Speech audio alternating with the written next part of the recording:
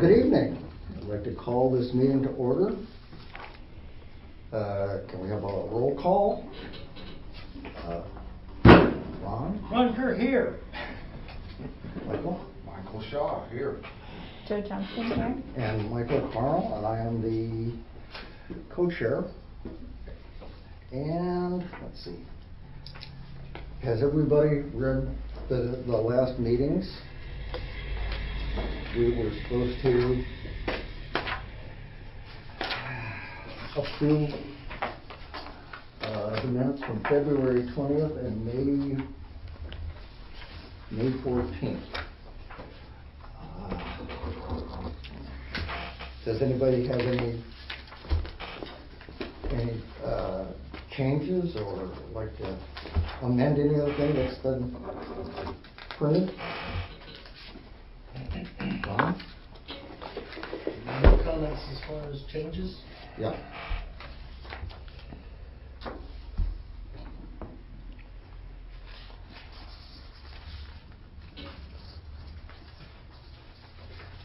Have you read any of the, do you need anything changed or? I didn't see anything. No.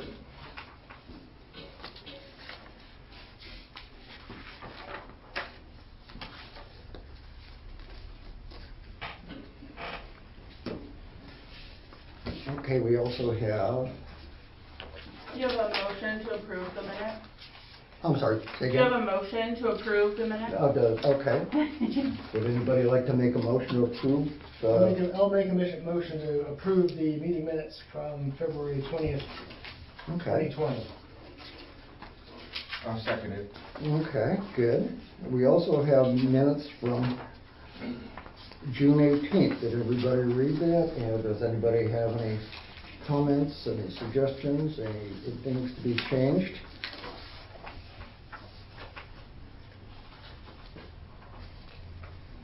Okay.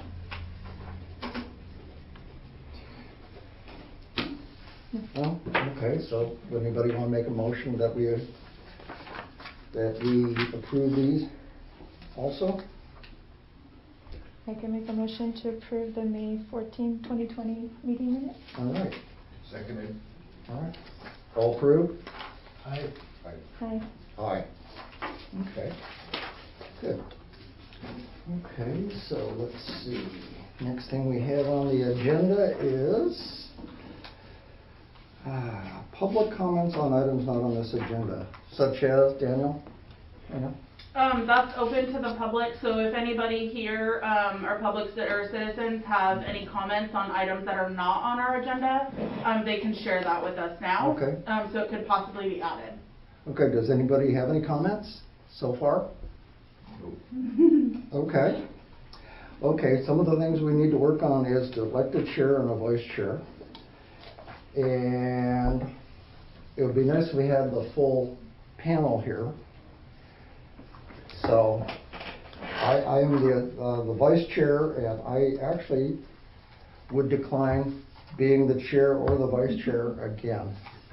So anybody would like to elect somebody or Yeah, you might, just because there's only four here tonight, Well, you we might just- see if the commission would just as soon wait until the next meeting and then do it when more Okay. people are in attendance. I okay. would suggest postponing the election until a meeting where we have. Okay, more that seems attendees, reasonable. Out of fairness to them, in case Yeah. someone of them wants to. Well, I think it'd be easier to just kind of elect somebody and then.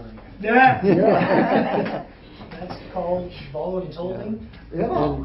I might mention that the next meeting will be on November 18, Yes. and that will be on a legislative amendment. One of your Okay. staff reports in your packet was about, and we'll get to it after this first hearing, but the second part of the meeting is a work session on amending the development code regarding accessory dwelling units. And it's just a work session to familiarize everybody with it. Yeah. Although you and Ron had your familiarization in February of 2020, but Yeah. I'm kind of thinking maybe the remembrance of that is not on the top of your mind. Okay. Okay, so does anybody want to take a motion to delay the election of the chair and vice chair. I make the motion to delay the election of the chair and vice chair until we have. Anybody want to second that? I second I'll second it. Okay, all approved? it. Approved. Aye. Okay. Okay. The next item on the agenda is the public hearing, major variance. This is where I do this? Okay. Good evening, my name is Michael Carr. I'm the Planning Commission Chairperson for the City of Lafayette, and I will be presiding over the meeting. The public hearing is now open. This is the time and place to set for the public hearing in the matter of major variance case number 21-01 at 280 East 6th to allow a 6-foot fence on a property line along a side yard adjacent to a street where a fence of 3.5 feet is allowed. Oregon law land use requires several items be read into the record at the beginning of each and every public hearing. The city planner will read the material. Your patience is appreciated as the statements are read. Thank you, Chair. And most of this is for people in the audience that would be testifying.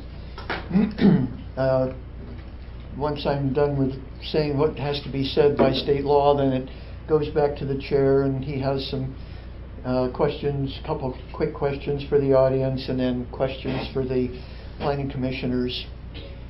So the applicable criteria upon which this case will be decided are found in the Zone Code Section 3.104.07. These specific criteria are addressed in the staff report and will be summarized during this hearing. Testimony, arguments, and evidence must be directed toward the criteria or other criteria in the plan or land use regulations which you believe apply to the decision. Failure to raise an issue accompanied by statements or evidence sufficient to afford the decision maker and the parties an opportunity to respond to the issue precludes appeal to the Oregon Land Use Board of Appeals based on that issue. Failure of the applicant to raise constitutional or other issues relating to proposed conditions of approval with sufficient specificity to allow the decision makers to respond to the issue precludes an action for damages in circuit court. The hearing will proceed with the staff report, followed by the applicant and those in support of the application. Then all those who are opposed to the application will be allowed to speak, followed by those with general comments who are neither for or against the application. The commissioner staff may then question the applicant and those who testified. The applicant will be given an opportunity to rebut the testimony or evidence. If you have any documents, maps, or letters that you wish to have considered by this body, they must be formally placed in the record of this proceeding. To do so, either before or after you speak, please leave the material with the recording secretary, who will make sure your evidence is identified and placed in the record. And specifically for the applicants, at the beginning of my summary of the staff report, one of the standard things that is said is, I enter everything essentially into the record. So your application materials will be in the record, and the packet of materials provided to the commission included all that information. Let's see, prior to the conclusion of the hearing, any participant may request an opportunity to present additional evidence or testimony regarding the application. If such a request is made, it will be up to this body to determine if the hearing will be continued to a time and date certain, or if the record will be kept open for submission of written evidence or testimony. If the record is kept open, it will be for a minimum of 7 days, with a short rebuttal period thereafter afforded to the parties, and then a rebuttal period afforded to the applicant. I need to ask the audience, are there any objections to the notice that was sent in this case? Are there objections to the jurisdiction of the commission to hear or decide this case? Buddy? Against the, Pardon? against what he's not supposed to be doing? Yes. No, I'm confused. it's the first question was, does anyone in the audience object to the planning commission hearing and deciding, i.e., is this the right body to decide this case? Okay. And rarely is that a problem, but it has to be asked. And then the second one was, if anybody in the audience objects to any of the commissioners participating. For example, if you think they might have bias that is so over the top that they cannot make a decision based on the merits of the case, then you could object to one or whoever based on bias. I think I understand, thank you. Yeah, Appreciate and it. same with conflict of interest possibility. Okay. Sorry, guys. And commissioners, are there any declarations, ex parte contact, bias, or conflict of interest by any of the members of the commission? None. None? Joe? I don't have any bias or contact. I think we are now ready for the staff report. Thank you, Mr. Chair. And as I just mentioned, the Commission has had the staff report and all the application materials for the last week. And so I'm starting on page 1 of the staff report, kind of down at the bottom. Subsection D is in Delta, which is the request.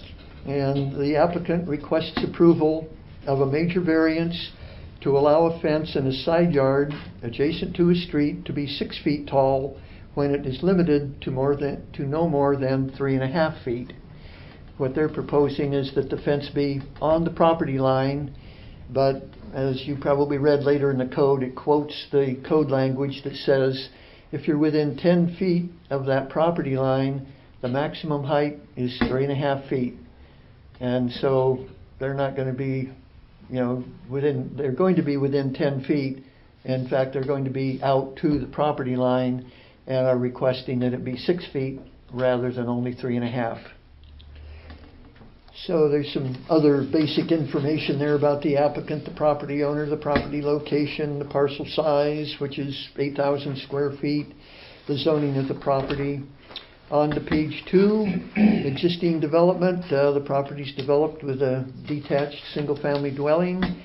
Surrounding properties are also developed with single-family dwellings. There's a map on page 2 with the subject property in a red box, and it's at the northwest corner of Adams and 6th Street. And then on the third page is a color picture that was part of the applicant's material. And on that color picture it has some green lines, blue lines, and red lines. And at the bottom of page 2 it explains what those lines are. And I must apologize to the Commission as well as the applicants that I misunderstood the request. And on this diagram on page 2 or 3, that's the air photo, the green line B is what it's labeled, and the applicant explained that that is where the fence is now. And I understood, or I guess you could say jumped to the conclusion that that is where they were proposing the fence to be. But that's not where they're proposing the fence to be. They're proposing the fence to be on the property line, not on their property, not out in the right-of-way. And the blue line there, labeled A, is where the original fence was when they bought the property. There was a fence there that was 6 feet in height. And so because it was on the property line, it was too high. It should have only been 3.5 feet.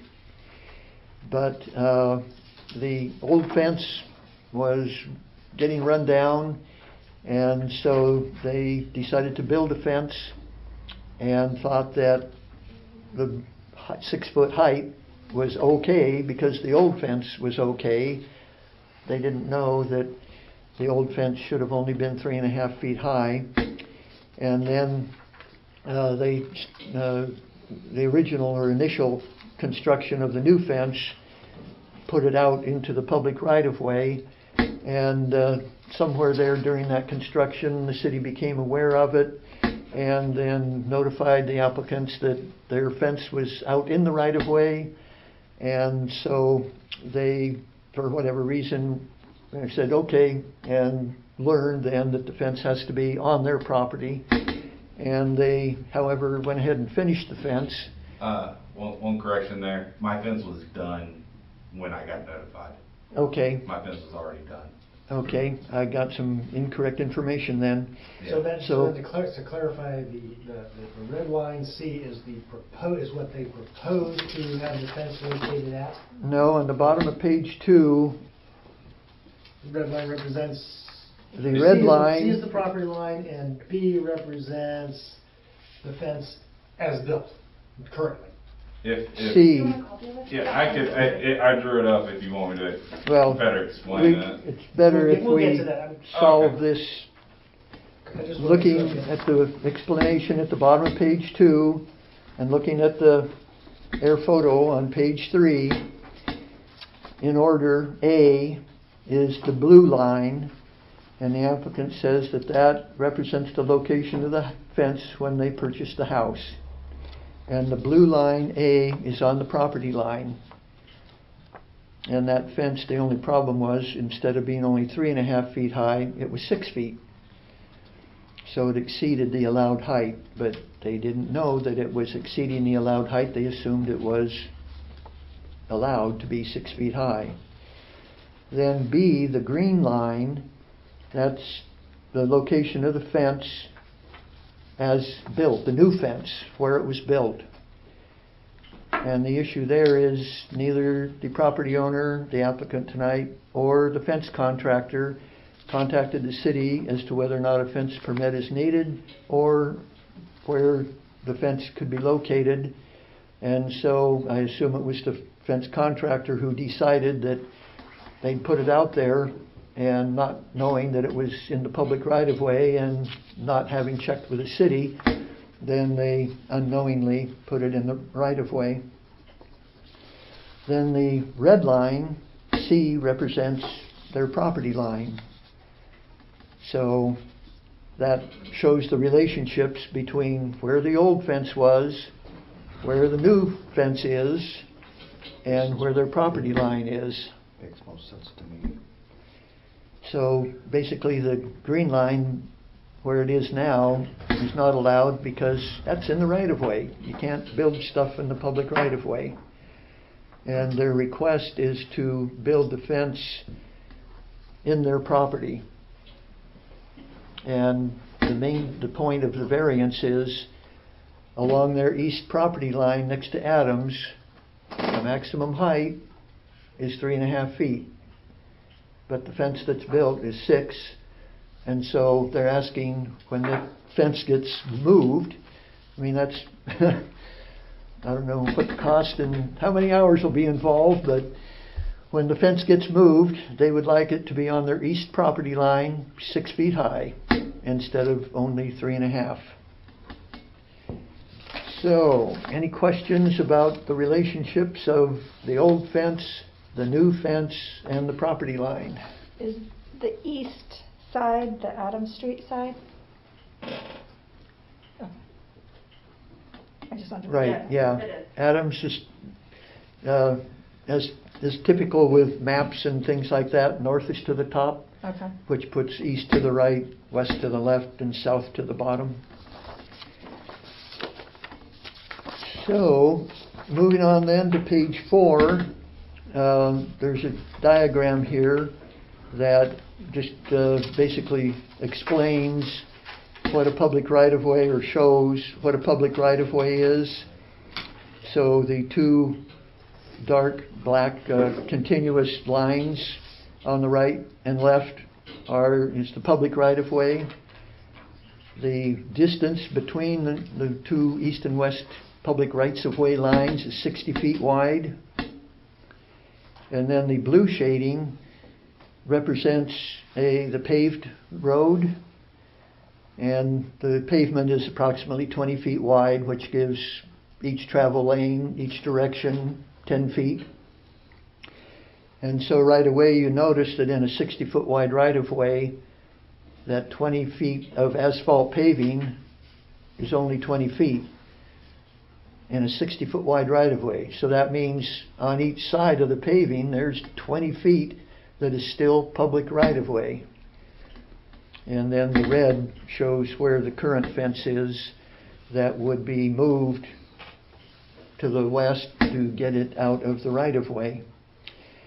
At the bottom of page 4, in italics, number 3, the requirement is that, and the underlined part that's at the heart of the variance request, is that the fence shall not exceed a height of 3 1/2 feet within 10 feet of any property line adjacent to a street. So at their east property line, there's a band of land 10 feet wide, and any fence in there can only be 3 1/2 feet high. And so they're asking that their fence be on their east property line and that it be 6 feet high, not just 3 1/2. So moving on then, I'm going to the bottom third of page 5 where the approval criteria start. And one of the things for a variance is that it's based upon the city standards being the minimum that the city can get along with. If the city has a standard that isn't quite the minimum and they need something even smaller, well, then the city would amend its code and put what it really believes it should have in the code as the requirement. So in this case, the limitation of a fence to be no higher than 3 1/2 feet within 10 feet of a property line adjacent to a street is the minimum that the city can get along with.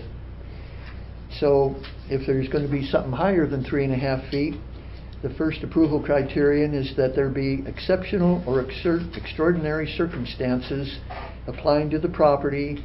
And then again, because you've read through this, I'm not going to read the whole thing, but it's exceptional or extraordinary circumstances. And then in the bottom line there, and like with many of these regulations, they kind of run on for several lines, but then it says, or other circumstances over which the applicant has no control. So the applicant can explain what they believe their exceptional or extraordinary circumstance is, or if there isn't an exceptional or extraordinary circumstance, they can explain what the other circumstance might be.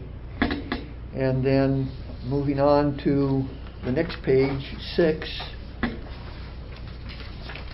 the third paragraph from the top, because the applicant's materials didn't specifically state that there is an exceptional or extraordinary circumstance, this staff report assumes that, and it says, it appears the applicant contends there was an other circumstance. And so that other circumstance, the staff report is guessing, was that the old fence was on the property line and it was 6 feet high when it should have only been 3 1/2, but they didn't know that, and so they assumed, yep, 6 feet's okay over there, and the new fence was built 6 feet high.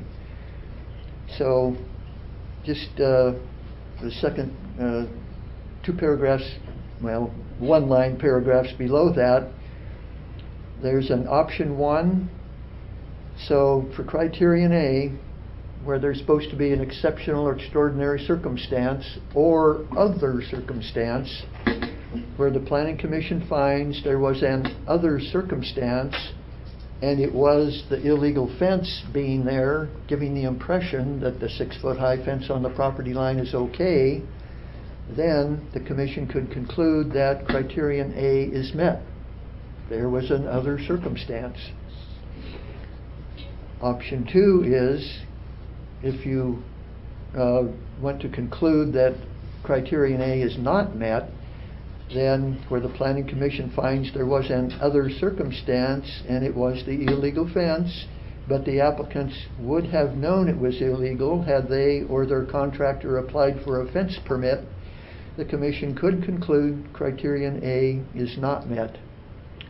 So, like with virtually every variance, it's not going to be black and white, and so you'll exercise some discretion in deciding if you think there was an other circumstance, in which case criterion A is met, or that, yeah, the applicant's contending there's another circumstance, but they should have known when they or their contractor contacted the city about getting a fence permit and what the regulations were, then that wouldn't be an other circumstance. They would have known that that original fence was not legal, and then they would have had a fence 3.5 feet high built on their property line.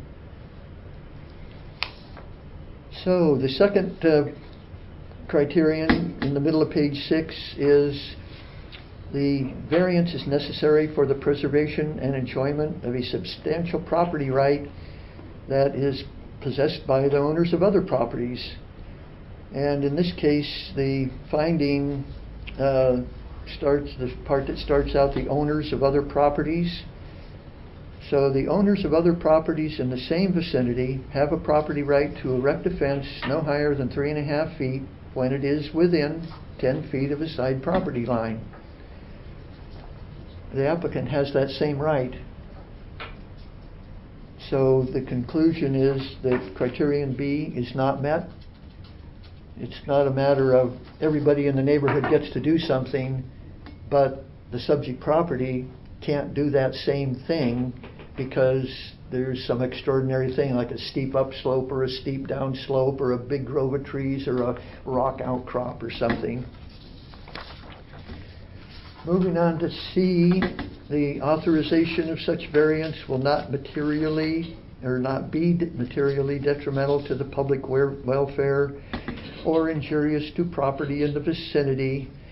And so the finding talks about the proposed fence was erected prior to knowing that what the regulations were.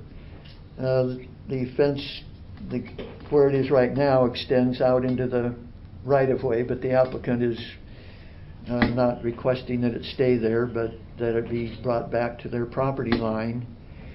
And so just kind of looking around the neighborhood, the property across East 6th Street to the south has a chain link fence on their east property line adjacent to North Adams Street that is no higher than 3.5 feet.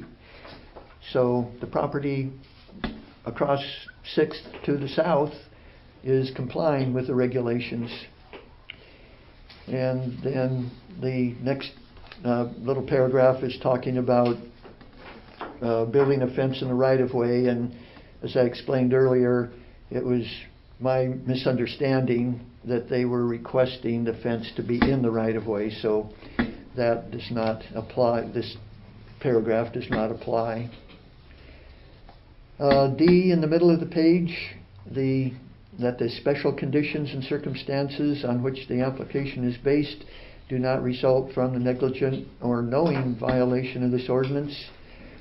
And so that kind of gets again back to the issue of not asking, neither the applicant nor their contractor contacted the city to see what the rules might be, let alone if a fence permit is needed. And so there's kind of like before, in option 1 toward the bottom of page 7 for criterion D, that where the commission finds that the applicants or their contractor were not negligent and did not knowingly violate the fence standards, the commission could conclude that this criterion is met. The other side of the coin, if you're going to conclude that this criterion is not met, then the commission would find that the applicants or their contractor were negligent, or because they did not apply for a fence permit, thereby resulting in them not knowing the fence standards, they did knowingly violate the fence standards.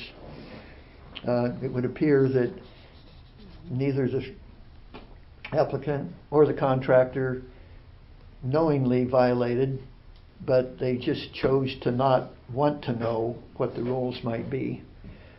And particularly for fence contractors, they do this every day, all day. And virtually every city has fence standards, and they have, I'd say half have a fence permit system. Some cities have the standards, but not the permit system.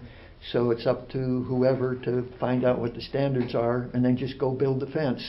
They don't have to go and fill out a form. They don't have to have it reviewed or approved.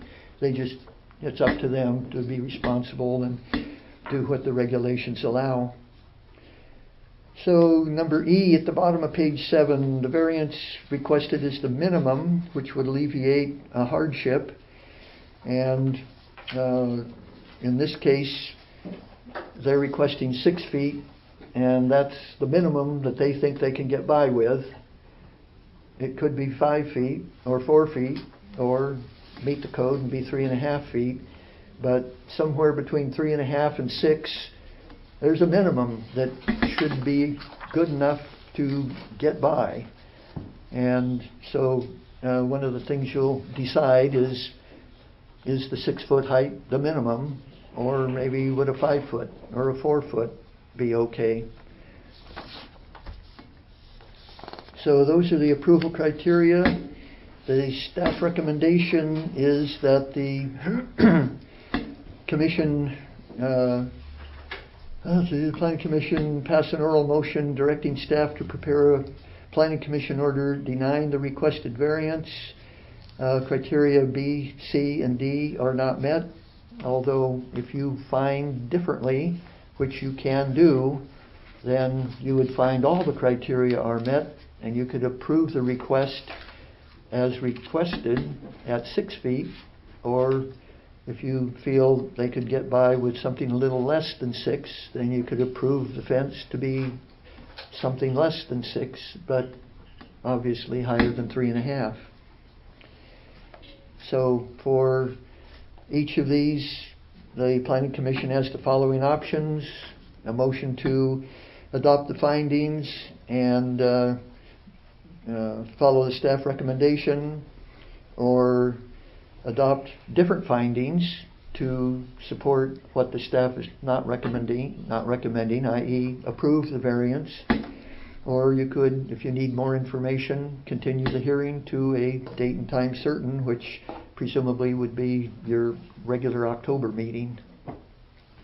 And then at the bottom of page 8, as always, are sample motions to do whatever you want to do, either 1, 2, or 3, in terms of the options that are listed on that page.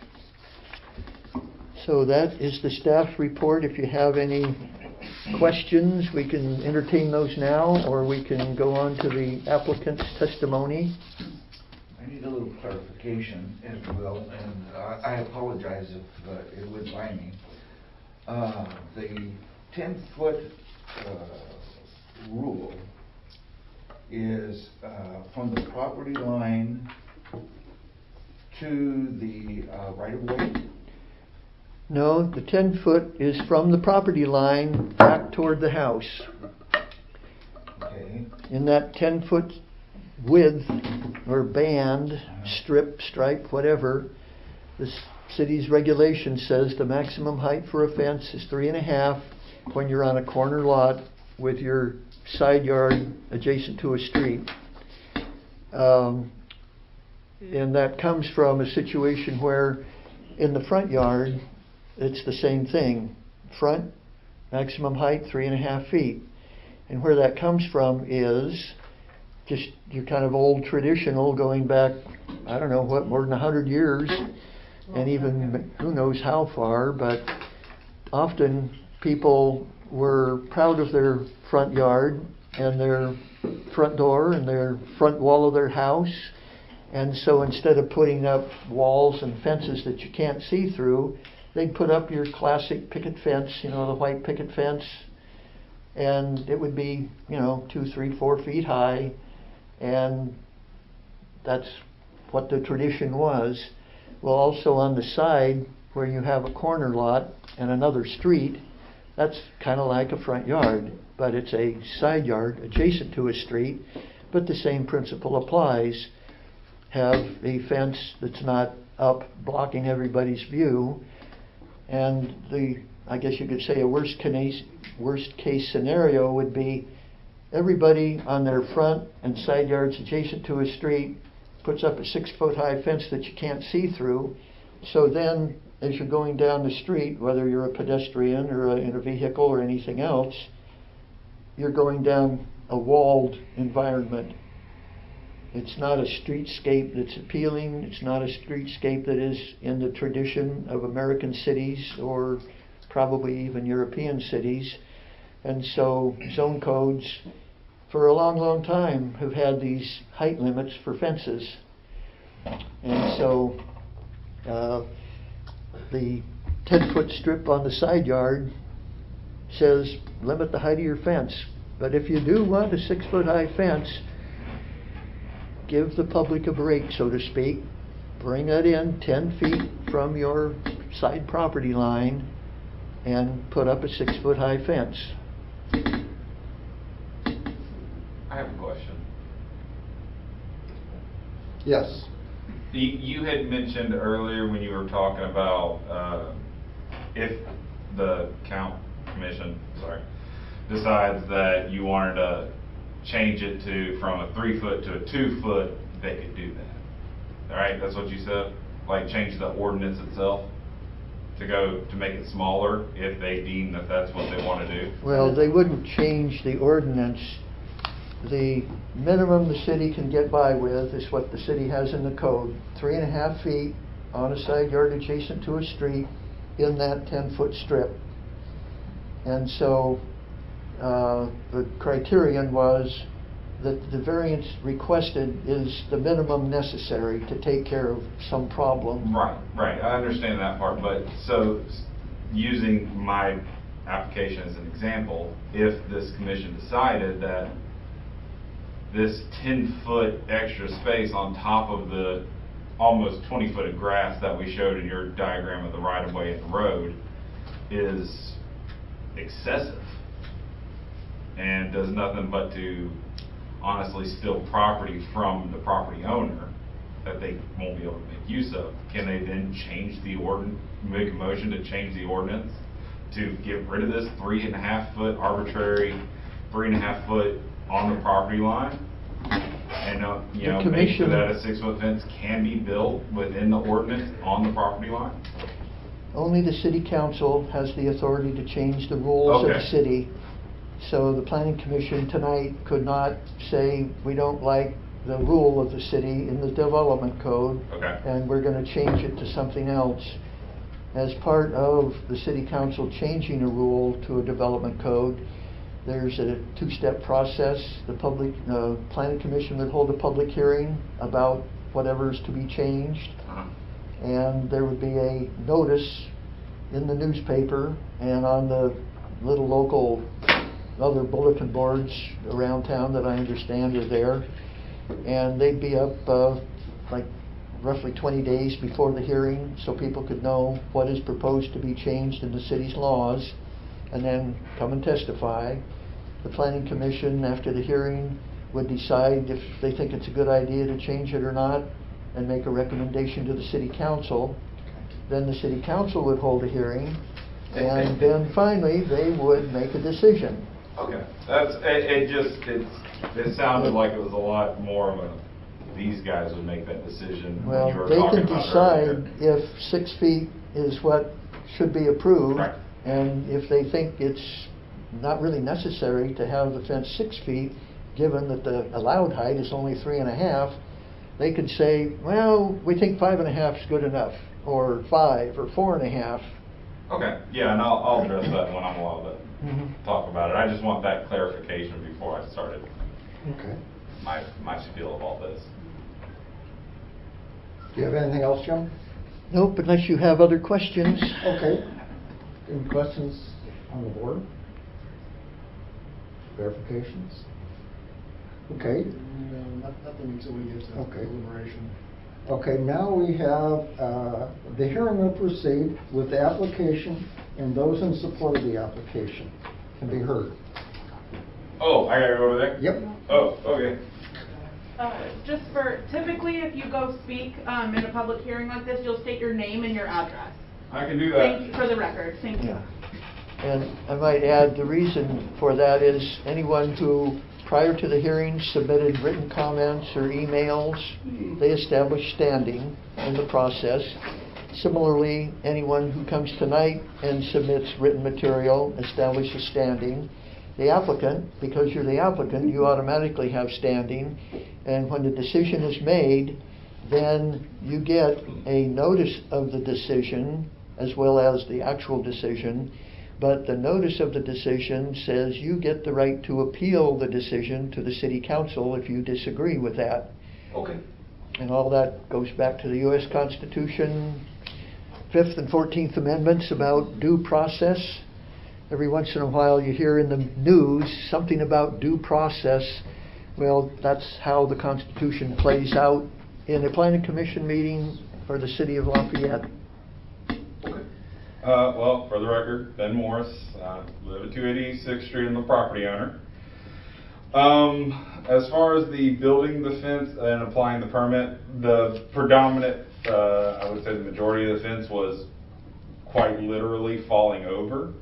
And so between me and the builder, we were under the standing, since we weren't putting in a new fence altogether. We were doing more of a repair with a small addition, that what they were understanding of permit wasn't necessarily required.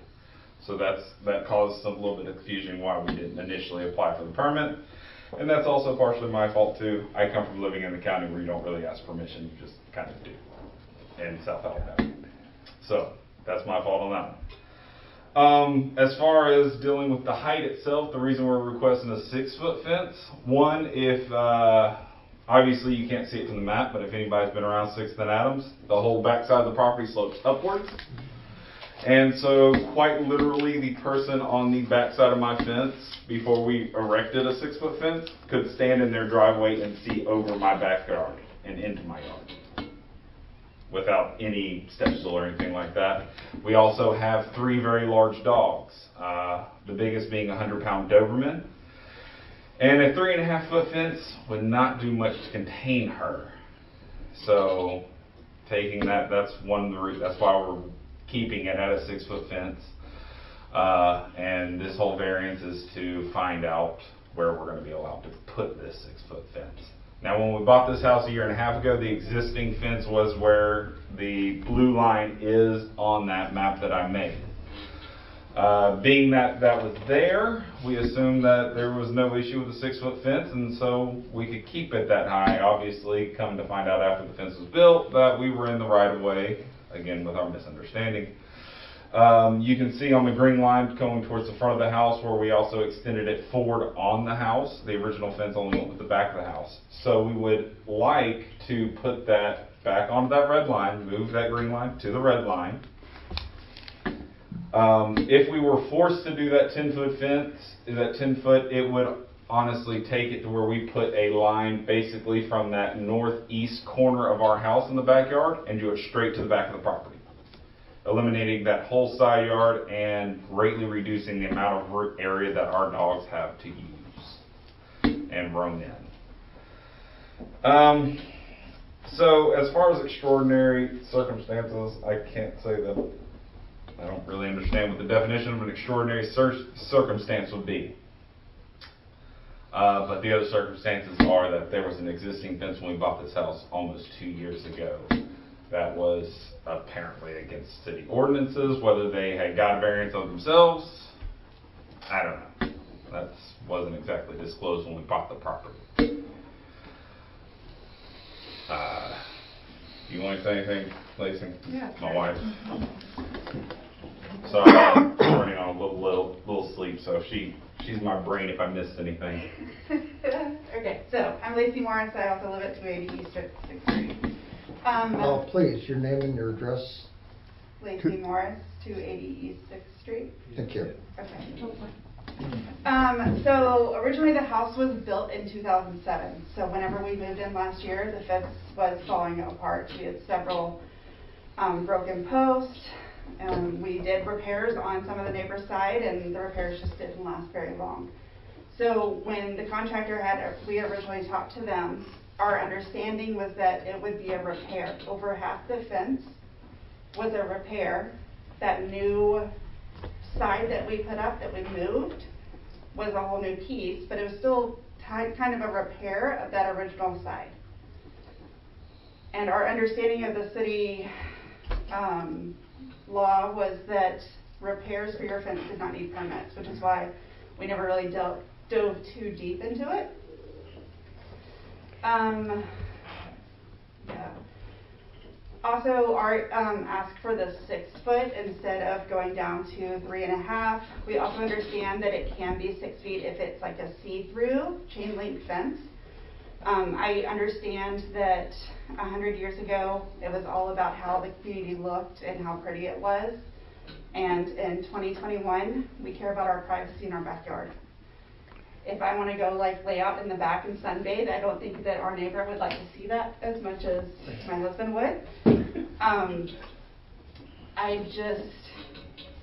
Our front is beautiful. Our front is open. We're working on painting. We're working on doing all kinds of stuff to the house to make it more attractive from the street. But I feel like the backyard where we get to hang out, have our little, fires and smoke some cigars, should be our own little private area. Having a 3.5 foot fence does not afford me any privacy. Just like the neighbors to the north, they're built up on that embankment. They could get out of their car, look straight over the fence and look into our living room where we eat dinner and watch TV. It's kind of unnerving. I would like some privacy where you can't just look into my window and see what I'm doing, which is the only reason we asked for the 6 foot. Also, the dogs, they're not vicious, they're super happy. They love people. They've greeted everybody that has walked by our fence while we're waiting for the gate. They're hyper. 3.5 feet, they're gonna jump that in a heartbeat. 4 feet, they'll probably jump that too. I was gonna say something else. Oh yes, the fence was, so as it was being built, we started on the neighbor side, the more inside section, before he actually worked out by the road. By the time the road section started, and Juan moves quick, then we realized that it was going to be a problem that it was built on the right of way. Clarify, we got the letter from the city Monday after he finished the fence. Yeah. He finished the fence on a Friday. We received the letter on the following Monday from the city. So the reason, I know I could have applied for a minimum variance. The reason we applied for a major variance is because it is a major difference in what is required by the city. We understand that it should be 3.5 feet on the property line. The major part is where I would like it to be 6 feet for a privacy fence. There's no obstruction at the intersection. There's plenty of viewpoints where that stop sign is. And in all reality, it's only 100 feet? 100 feet of fence? Not even that. How much feet, Not even that. I couldn't even tell you. It's 42-foot stretch of fence on Adam's side. On that if I one side. remember correctly. It does not block it does not block our neighbor's driveway. As a matter of fact, as it stands now, our our neighbor is able to back out of the driveway without any safety issues, and that's us being 8 feet from the road where our fence is. Obviously, moving back to the property line would create as we said, 20 foot from the pavement of grass. Yeah. That the city apparently owns, that we did not realize. So adding an additional 10 feet, you're talking 30 feet from the road, zero detriment to the city. You could build another street, another car lane, and still not be against my fence if it's on the property line. But you couldn't do that because my back neighbor has boulders out closer to the road. That's all I had.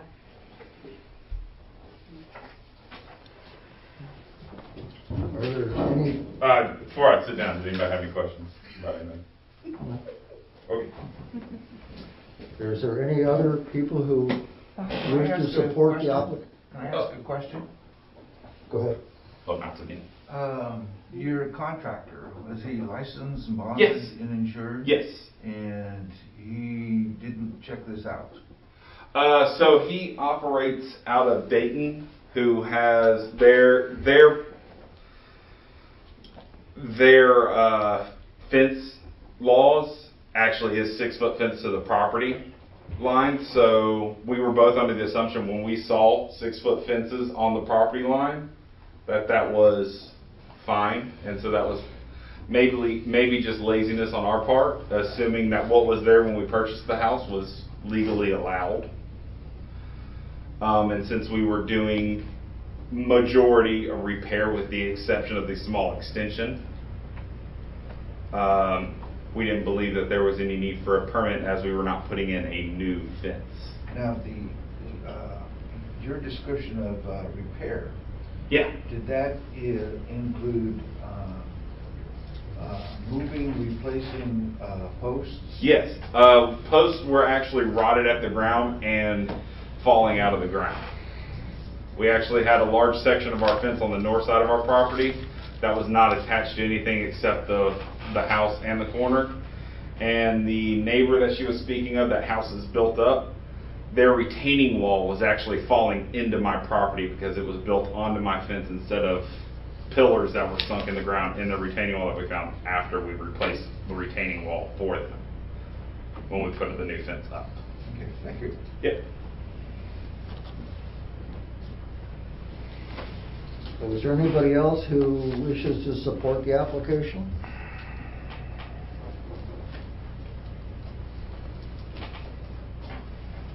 My name is Jessica Packer, and I live at 696 Adams Street.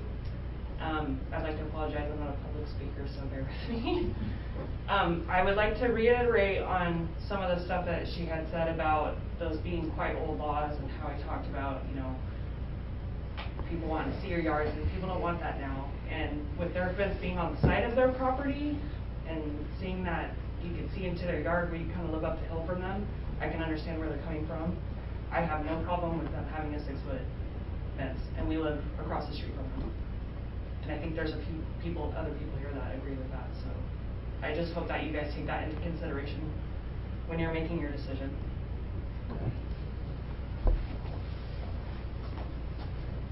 Are there anybody opposed to the application? I'm in support. I'd like to speak. Ask if there's others in support Okay, before well, moving I on to asked, you the... didn't- If there are others in Once- support. Thank you.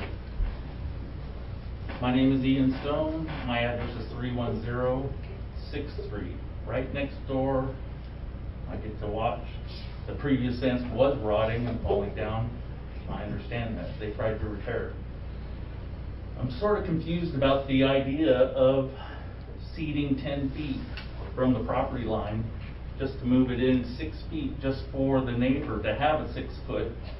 That almost seems like it's inviting passerbyers, public traffic to step on the, hey, nice pretty lawn, water their dog, when in fact they'd be on his property. So the idea would be to put up a 3.5-foot fence there, and then you have a 6-foot, 3.5-foot. I just don't see it. I think the 6-foot is reasonable. It's not blocking any intersection. The front is open, every corner. I think I'll keep it right there. I'm in support of the 6-foot at the property line. Okay. Questions? No? Thank you. Anything? I would like to reiterate on how it does not block traffic at all. You already have that 10-foot spacing between the stop sign as well, so you can see both ways and it's pretty clear, so. Is there anybody else who is against or even in support of the application? I'm in support. Well, You came up here anyways. yeah. I'm gonna keep it quick because I really don't like talking in front of people. I'm Kevin Packard, live on 696 Adams Street. Same. Your address, please? He just said It's it. 96 said it. Adams Street. 3.5 feet, that's not a fence, that's just a hurdle. And I'm with them, you know, privacy, like she said, we live up on the hill. Everybody that lives on that hill, like everybody can see right in your yard. So I'm all for the 6-foot fence on the property line, and not to mention, as you're coming down that road, I'm not sure if you guys ever drive on it, but we do, the people who do every day, have no issue seeing traffic. There's at least 20 or 25 feet from that fence to the intersection. Perfectly safe. That's all I got. Can I add one more thing just for clarification, because we're kind of making a point of this as the people. If you go up to 7th and Adams, the fence, if you were to do the fence by the ordinance, not only could you see in my living room, you could see into my bedroom, because that's where the window sits. And without a 6-foot fence, it would not afford me any expectation of having privacy, which I should have on my property. Okay. Is there any other comments or questions? I think that is the end of the public hearing, and we need for you to leave because we have additional business. We have a work session. Oh, so I'm not gonna find out what No, tonight? this is just you're presenting your side. Oh! Then it goes, we have to have a meeting where we discuss this, and then we can give this decision, and then if you have problems, you go to the city council. Yeah, Oh, okay. now that we've gone through the staff report, applicant, supporters, those in opposition, those who kind of are not one way or the other but have something to say, then the applicant always gets to rebut whatever's been said, but given everybody's that testified is in support, you know, you can Okay. kind of summarize if you want, but No, I was just, I thought I was gonna hear the vote. well, And you will. when I talked to Preston, it was I was made to believe that I was gonna get kind of a verdict. You will. The next thing, if there's no other questions from anybody, because the commission is acting as an impartial tribunal. Right. And they make the decision based on information presented during the hearing. Okay. And so we'll get to a point here, maybe in just a half a minute. If there's no other questions, no other clarifications, no other testimony, then the chair will close the hearing. Okay. And at that point, the commission will go into deliberation and decide what they want to do. Oh, okay. Then they will pass a motion, which, you know, as part of the staff report, there's 3 different motions. They can approve it or deny it or continue the hearing if they want more information. But And he they will, doesn't need to leave, correct? no. Right, I'm sorry, the way Mr. Carl had sounded, it sounded like he was asking us to leave because y'all had other business to talk about. We have other business. Yeah, there's other things on the You're agenda. concluding but- this part of the meeting. Okay, but we're not being asked to leave. No. Oh, okay, I'm That sorry. would be incorrect. That- What Okay, Carl's I'm getting sorry. at is. That's just kind of the impression I got, which We would is end up where my closing the hearing. confusion We'd end was. up closing the hearing. It would be, well, I can see where you would not want to leave and other people may not because you're a parent. You want to know the outcome, right? Right. But, and from the hearing standpoint, once it's closed, then we'll sit down, we would discuss amongst ourselves the various comments, the various areas, staff report, et cetera, and try to see if we, try to see what kind of path we find through this, because we have to balance, we have to balance the information that's here with wishes, but also against what code says. And Gotcha. just how far or what we can or cannot do. So, and then once that's done, once we have that deliberation done, then at that point, we would come up and say, hey, maybe we've crafted something that here would be a proposed solution, what we would call make a recommendation, vote on it, and at that point, that vote would provide yeas or nays, et cetera, and let's assume whatever the motion is, that it carried, you would have your decision and know what your next step or next steps might be. Perfect. Apologize for my ignorance. The only hearing No, I've ever that's- been in is professional criminal hearings. That's okay, and mean, we try to be as semi-professional as we can. So once the oral motion is made, and whether it's to approve or deny, it passes, then you know what the decision is tonight. But that's only an oral motion. And again, back to due process, a decision is not a decision until it's, at least in the land use planning world, it's not a decision until it's in writing and signed. So after tonight, I'll know what the decision is and why they did it. Then I'll go back and write a document that's a planning commission order, and it'll have the same kind of information that the staff report had in it, but all the findings and conclusions will be consistent with what the decision is. Okay. And then sometime next week, I'll email that to the city. They'll have the chair come down and sign it, date it. Danny attests to it. Okay. And then that is the decision because it's in writing and signed. Right. Which will be Okay. mailed to you and anybody that provided comment, or written comment, you guys will be mailed. Perfect. Thank you. Thank you for explaining that Yeah, process it's- to me. Can I It's still kind of ask a cumbersome, question? but due process. Now is the time, yeah, while the hearing is still open. Okay, yeah, so I do have a question, just a clarifying question maybe, but you made a comment, your contractor was from Dayton, and Dayton did allow 6-foot fence in such circumstances? Yeah, their city ordinance actually allows, with the exception of the front of the house where the water line comes in and utilities and stuff, 6-foot fence up to the property line, and their property line, by their diagram from the city itself, their property line is up to the road. Thank you. There's not this crazy big right of way, which I'll be honest, from talking to a lot of my neighbors, some that aren't here, it seems like a lot of people in the city are not aware of just how big the right of ways are. And I was also led to believe that the right of ways change depending on where you were in the city. I believe the changing of the right-of-ways has to do with the size of the street, because some of the streets, or is that not the case anymore? We're in the older part of town. Right. That was platted in the 1840s or 50s. Back in those days, it was pretty standard stuff that right-of-ways were really wide, because when you had a wagon being pulled by horses or oxen, you needed a big area to do a U-turn. I And totally so understand that for them. It's not uncommon. It's in cities all over the country that in the older parts of town, you have these wide, like 60-foot wide rights-of-way. Okay. In Hubbard, they're 100 feet wide.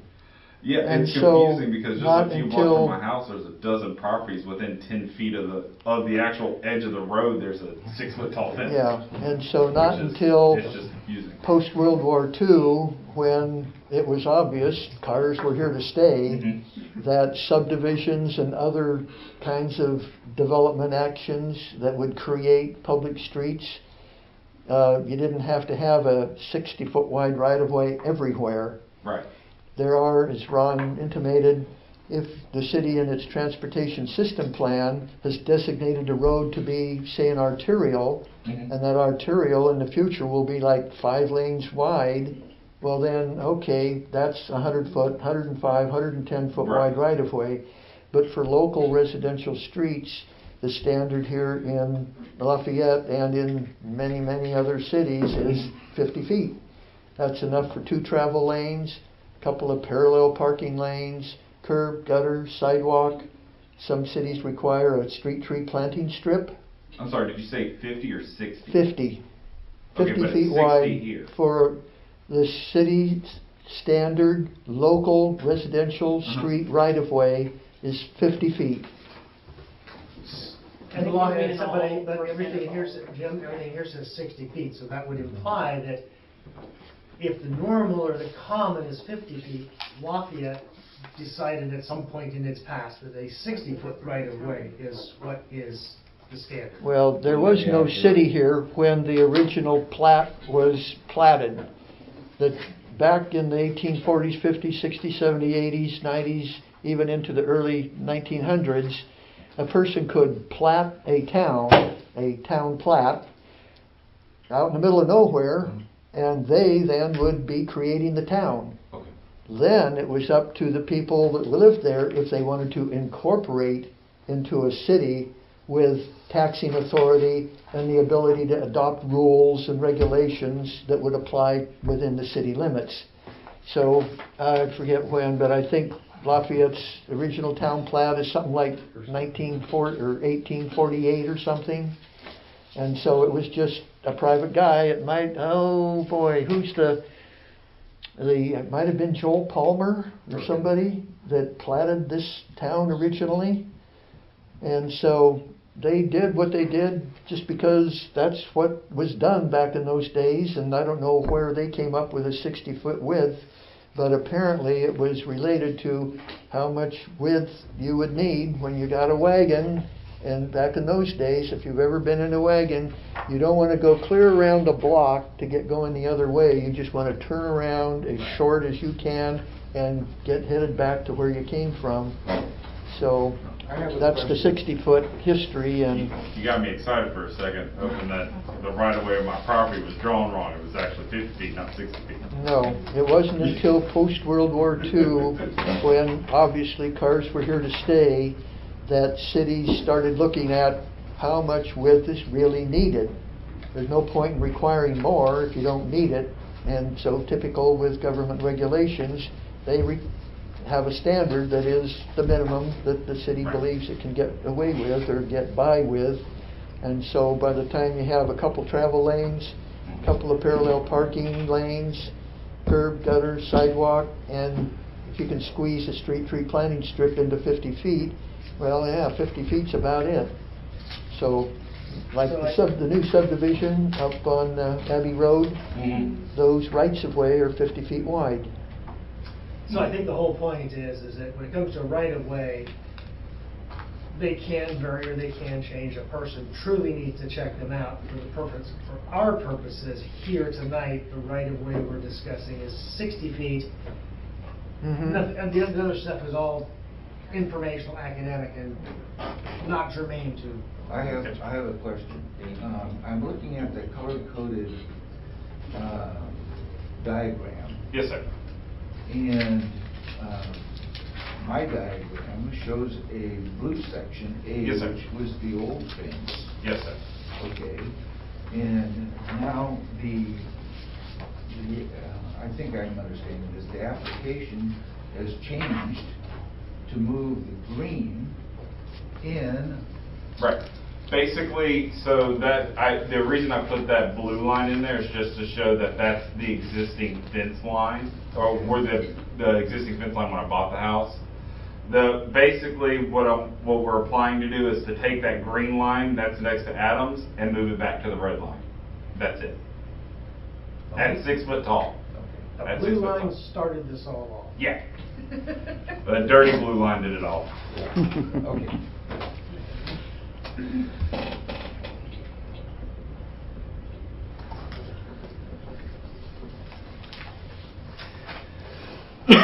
Well, does the commission have any other questions of anybody?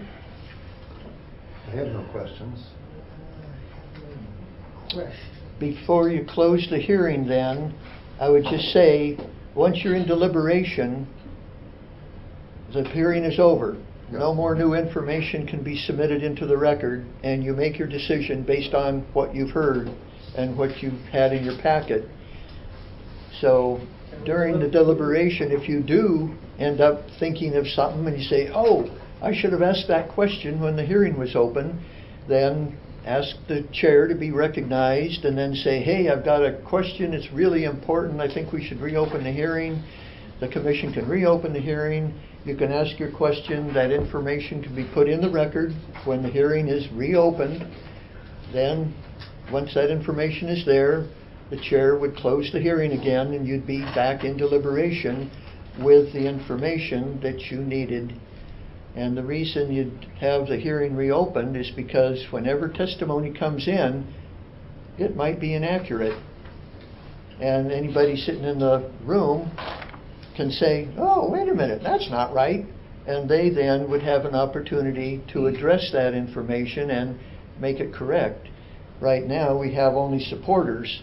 But if you had opponents who said, once the hearing was reopened and they answered a question and it wasn't true, then definitely the applicant would want to rebut and say, wait a minute, that's not true. This is what the true truth is. And so that's why you have this kind of mechanistic process, is to make sure that all the parties are treated fairly and equitably, and that you make your decision based on facts, hopefully not on incorrect information. Discussion on this stuff? Well, if there's no other questions, the chair can close the hearing, and then you're in deliberation. Okay. Anyone want to make a motion to close the hearing? No, the chair just closes it. You don't need a motion to Okay. close I hereby close this the hearing. Yeah, once nobody else is having any questions to ask, the chair just closes the hearing, and then you're in deliberation. Yep. I wish you just let you guys. Thank y'all for coming out. Okay.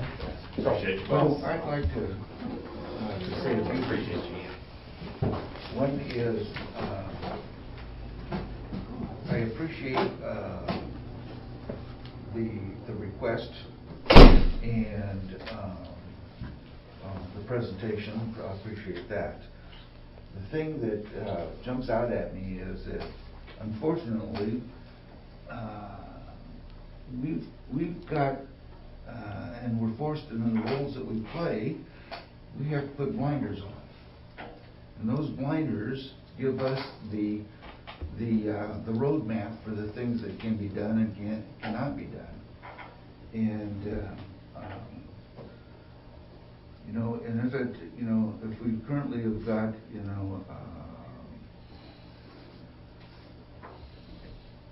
requirements that say 3.5 feet,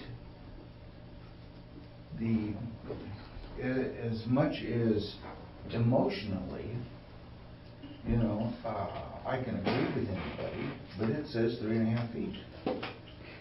And unless this body wants to make some sort of a recommendation to the city council, to change that.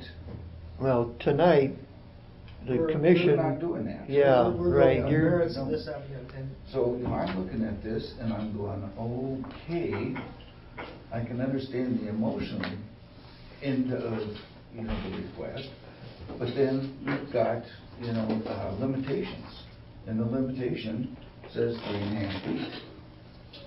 Should we look through what the major variance, because you said there's some options, like what do we think on those options? And I have a conundrum and a quandary on this myself, and that's because, okay, if we go to the major variance, point A, or other circumstance over which the applicant has no control. Well, short of that no control being the purchase of the property, they're there in the house, they're here tonight. I get to come back and think about that one a little more, because further on it says, neither the applicant nor their contractor. I can't fault the applicant very much for not knowing the regs.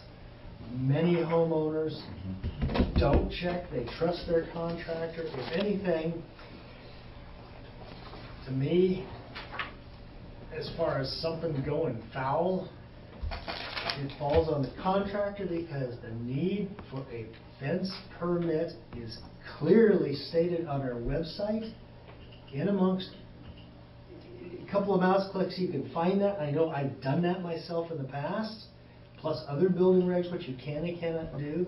So any general contractor out there building that's licensed and bonded, before they put a shovel in the ground, they're the ones that need to know the regs, and there's that. When it comes to the issue of repairing versus new, okay, it was built wrong to begin with, we know that. If it had been repaired, it could still be found in fault, no argument there. But it also says or it doesn't say in our regs when it comes to repairing a fence, and in this case, repairing a fence would mean it follows the same line. The posts may be in slightly different locations, but it's gonna follow the same location, line, height as far as what was there, so it isn't changed at all. That change happened, that's what triggered, that's part that triggered this. My other quandary is, yeah, we've got a height limitation, we've got setback, we can't do anything about the right-of-way. The right-of-way is already stated. That's a given. That's a given, so there would be absolutely no issue if you gotta be out of the right-of-way for other reasons. So we're really working with one issue, and it appears to be the height.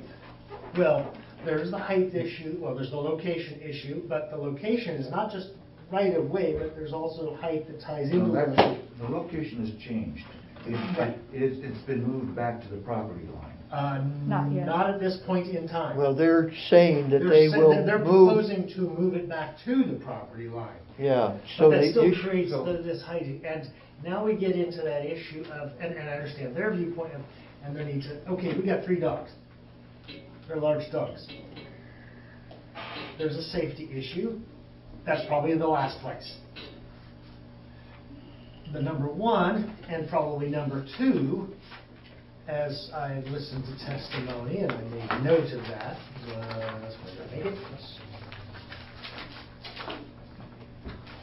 was it's a functional issue to contain the dogs. It's not about the safety, though, just to keep them from running loose in the neighborhood. That wasn't a part of the application.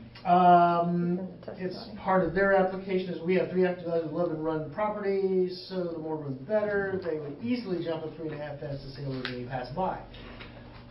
Made the comment that they're friendly dogs. It's, to me, that, you know, there's always with the dog the chance of a safety issue, somebody getting bit, but if the dog's got a good position, that's not very likely. But then there's the other issue of privacy too. And then we get back to that sticky wicket of where granting a variance has to do with both other circumstances which have no control, but also doesn't create the situation where the variance needs to is necessary for preservation of the enjoyment of the property, and that is also possessed by owners of other properties in the same district. So everybody in that same district is currently under the same guidelines of here's the fence height, here's the location, here's the setbacks. To me, granting a variance all of a sudden gives them something that doesn't apply to other people. So I'm gonna, like I say, I'm trying to thread the needle here, and Yeah, I think I one have point they an made is that particularly for their abutting neighbor to the north, that property is up the hill. And so, as a privacy issue, there is And- mentally I can picture that. And, you know, but are there other properties up the hill from somebody else? And it sounds like, at least in some part, the fence that's between their house and the neighbor's house is truly in the rear yard, not the side yard. That's not an issue. Yeah, 6 foot in the back is not an issue. right, On the west side, it's not an issue. right. It's only on the It's east only- side by the road, or East. on the street side. It's on the street sides. So 6 feet across the back, not an issue, okay? Where it becomes an issue is at the property line.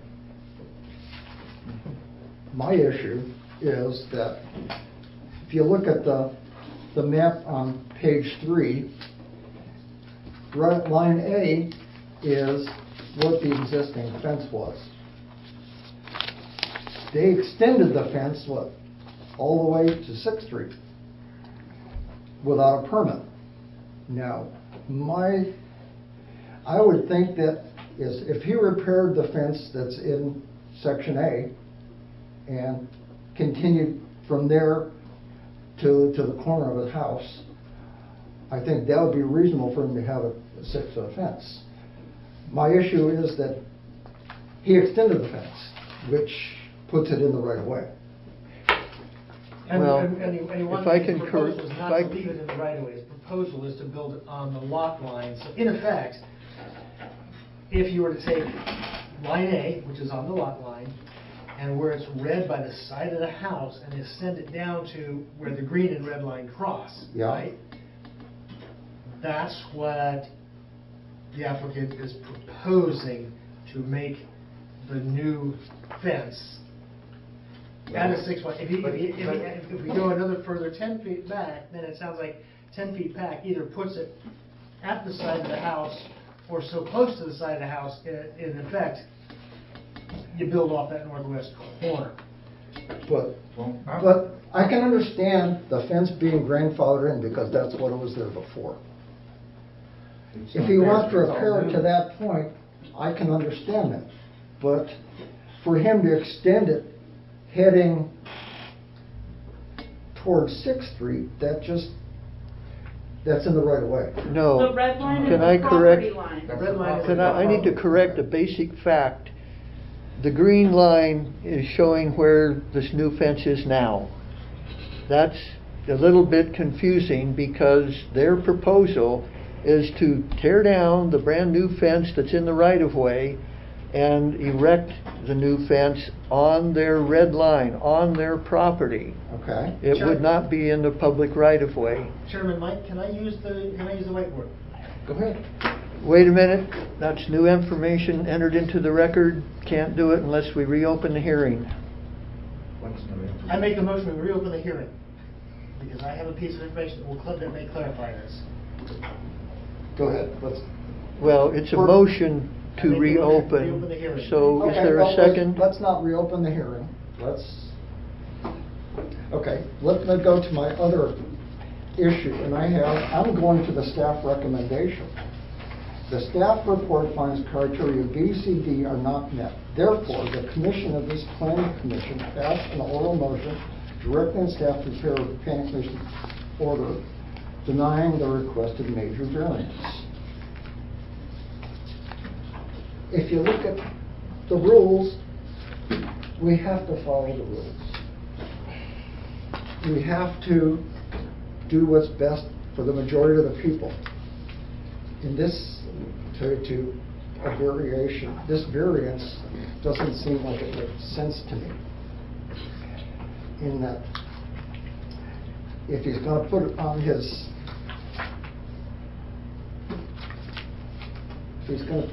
property line, shouldn't it be 3.5 feet like everybody else's? Yes, that's what it says. Yeah, but that's the point of the variance request.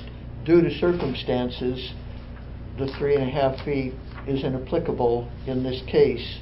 The applicants referred to, for example, the need to contain their dogs. They have 3, they're large, and if you have a 3.5 foot high fence, not that these are mean and vicious dogs, but they could easily jump over, presumably, a 3.5 foot high fence. And the other issue they mentioned was privacy. And I forget if there was others, but for the reasons that they're providing, they're saying, yeah, the 3.5 feet on a property line is okay for most people. But in our case, with our property, with that old fence having been 6 feet high, that's enough reason to allow us to have a 6 foot high fence instead of only a 3.5 foot high fence. You know, I have a dog. I don't have a gate. My fence is not totally done. I walk my dog on a leash. Could put a zip line to contain the dogs. There's other options besides changing putting in a major variance. Yeah, and so that then for you might take care of the dog containment issue. Yes. But they're also mentioning a privacy issue, and particularly with the property to the north abutting higher up the hill, then those people would be able to look down, and certainly most of the fence on the rear property line isn't an issue because the fence can be 6 feet high. But once that eastern end of the rear property line, the fence on the rear property line comes within 10 feet of their property line, it's supposed to drop down to 3.5. Well, that's a privacy issue that they're raising, and they would prefer to have the entire width of the rear property line with a 6-foot high fence. And then, of course, on the east property line, be 6 foot high too. My concern is taking into consideration such things as privacy, because there's a lot of ways to deal with privacy issues. Okay, blinds, planting a tree, a bush, so on and so forth. You know, and that's going to be defined, privacy, by everybody. It'll be defined differently. You know, some people don't care, and others do care. But it shouldn't be our responsibility to start defining what privacy means and granting variances based on somebody's emotional need for that privacy. You know, if it is that important, you put blinds up, you put partitions up, you do all kinds of things. And part of the statement was that the people in the back can look right down into a bedroom or something. Well, there's nothing keeping them from building a 6-foot fence across the back of their property line. That alleviates the privacy situation, unless there's a bedroom on the east side. But you know, we're getting to things like, is the dog mean? Can the dog jump that high? You know, that's not a conversation I think we should be having. But for me, they bought the house with a 6-foot fence.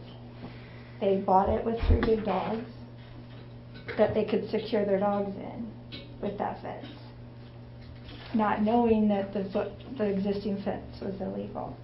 So I can understand that part of, because they have a responsibility to their dogs to keep them safe, and a legal responsibility to others to keep them safe.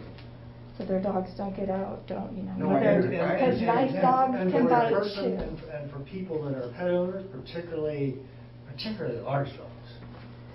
So, but my thought That is, backyard, it's like. they bought the house you know, with a 6-foot They fence. bought that property with certain expectations, and some of the things that were brought up in the report with, didn't know this, didn't know that. These are pieces of information that people routinely don't ask. Correct. So now. But when they bought the house, the existing fence Was there? was 6 feet, but it was only like 20 feet, maybe 20 feet, 30 feet from the back of the house to the back property line. Okay, that's it. The new request is adding 6 feet to the tune of Jim, 50 feet. can you clarify that? Because that's not correct. Excuse me? Can you clarify the request again, I think? Well, following up with what Mike just said, yes, they are proposing to have a fence farther south, look at the blue line. The old fence went from the rear property line to a point even with the back of the house. Even with the northwest corner of the house. Yeah, and so now they're proposing that fence run along their east property line, farther south towards 6th Street to the southeast front corner of the house. Mm-hmm. And so I think that's what Mike is saying, that, if this request was just to have that blue section be 6 feet, that's one thing, but to have additional fence be 6 feet, then that's additional. And so the issue is It's new fence, it's that, new construction. yeah, they could extend their fence, if it's 3.5 feet, all the way to the corner of their property and across the front. It's just the height that's the issue. Yes. But if you look at, so on page 8, the top paragraph about the variance requested for minimum variance, which would alleviate the hardship, to me is the option 1, where, because there, to me, the hardship is, you know, would they have bought the house knowing it was a 3.5-foot fence and they couldn't do anything and they had 3 dogs? And is really adding that section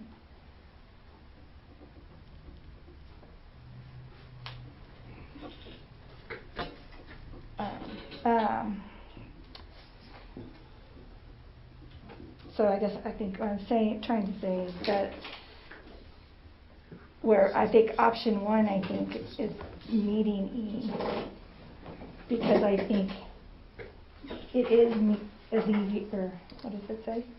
It is necessary to alleviate a hardship, because I think the 3.5-foot wall would be a hardship with 3 dogs. Well, from what I've been able to deduce is that the hardship consists of 2 things: privacy and the dogs. Mm-hmm. Okay? Both are valid. Now, is it, I could see if the fence was 3.5 foot, or there was no fence, and now they put in a 6-foot fence, that would be a little different. that's what they're requesting? No, they had a 6-foot fence. They're just Only extending for it a about little. 20 feet. Now they're extending it for, No, they're 60 maybe. No, it's not that long. Do we have measurements? We cut it. I believe I heard the number figured, you pointed out that from that rear property line to where they would propose to make it in that right front corner, something on the order of 42 feet. I thought I heard that In number total somewhere. length or in addition? In total length. Yeah. In total length. And then depending upon the size of the house, that would, setbacks and all that. Yeah. It could be a 42-foot addition, depending upon the size of the house. yeah. It could. It really could, because the lot itself, it says that the lot itself somewhere It's was 80 or whatever. it was an 80-foot deep lot, right? Yeah. You can only go so far in the front yard, you know, in the backyard, you can go right, it's a 0 lot 60 line. foot The lot is 80 feet wide on 6. Oh, This 100 is page 100 1, feet deep, so- page 1 at the bottom. It's 80 feet wide and 100 feet deep. So I suppose then, given that it's 100 feet deep, it is entirely feasible that 42 feet represents would be the length of the fence that would exist to the east side of the house itself. On the And that would be, property line. on the property, that would be in addition to whatever had been on the property line at the rear, 20 feet, 30 feet, 22 feet. Some number. Yeah, and in your deliberations, just because you've been talking about the old fence was whatever, 20, 30 feet long, and it was up where it was, you know, as shown in the applicant's diagram, you could approve a variance to allow that section of fence to be 6 feet high, and then the rest of that fence, if there is to be a fence running on the east property line down toward the corner of 6th and Adams, 3.5. then that would be 3.5. So you're not locked in to an either or, we can only do this or we can only do that. What You you're can saying craft is a that- decision That the original to approve 6-foot some part or section- all of it. The original 6-foot section, I think what you're implying is could be grandfathered. Well, Yeah, it wouldn't be so much not- grandfathered, but it would be.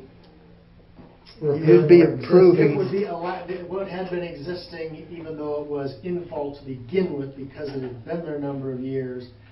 And the property obviously was there, and that was a factor in the property being purchased, that it would not be unreasonable to allow them to continue to enjoy the use of the property as it existed at the time that they purchased it. Yeah, it's not that it would be grandfathered in, because that It's not a relates grandfathering. to nonconformities, and that's vested rights and so forth. It would be approving a variance to allow the new fence to be as shown on the blue line, and that it could be 6 feet high, just like the old fence that's not there anymore. But if that short section is okay, the applicant is saying, well, why not the rest of that east side property line, and then have the fence cut in to the front, even with the front wall of the house. And so, at least what I'm saying is, don't think that, just, you have flexibility to craft a solution, and if you don't want to approve the whole thing, then you could approve part of it. It's not, we have to approve the whole thing or deny the whole thing. You can take part of what they're proposing and approve that, and not approve the rest.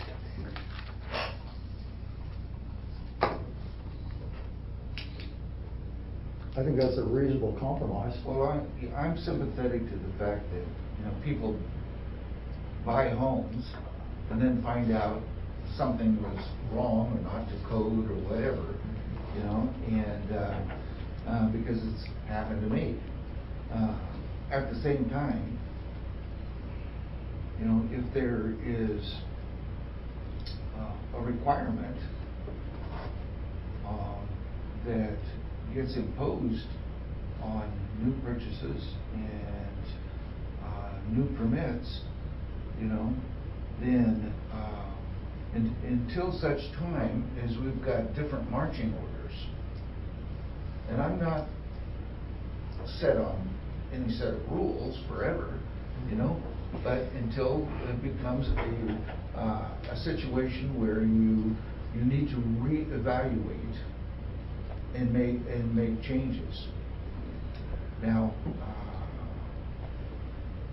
when I look at this diagram and see the blue section, if that was 6 feet, would definitely not have any visual obstructiveness. I mean, because it's far enough away from the corner and back into the highway that it wouldn't, I can't see any problem with that. And then from the back of the house to the front of the house, 3.5 feet. That might not be ideal, but it conforms to the current requirement.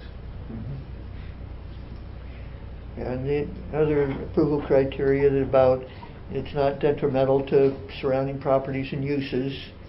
And there were several people living right next to them and right in the immediate area that don't have a problem with what they're proposing. So that is another thing to consider. If there were neighbors who were saying, no way, it's going to negatively affect me in some way or another, but you don't have that element here tonight.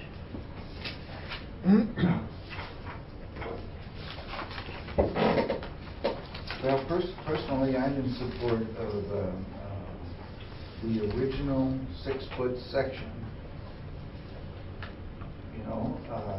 Can be maintained, and then all new fence construction subject to the current code.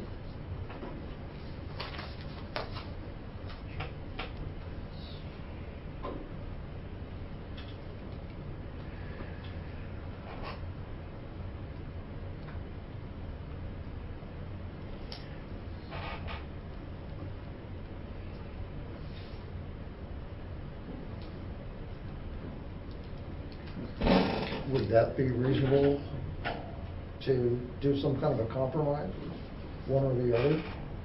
What's your opinion? Well,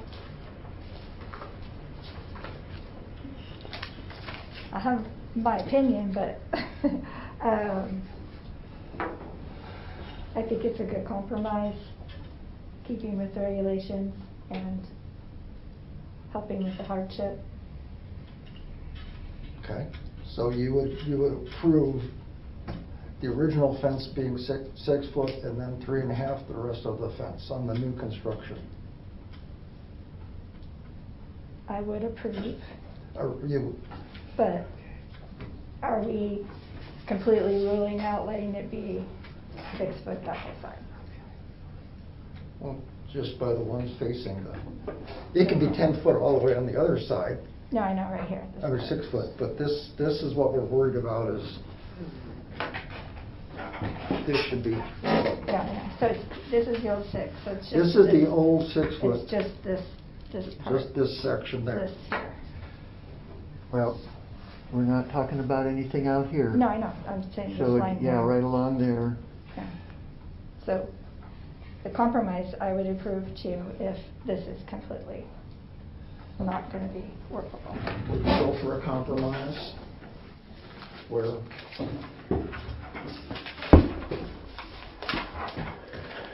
6 foot up to here and 3.5 all around. No, because they're taking this green and pushing it back to the property line. So. Yeah, that's what, it's on the So road. this is. We're talking on the road. This is going to be blue here to here.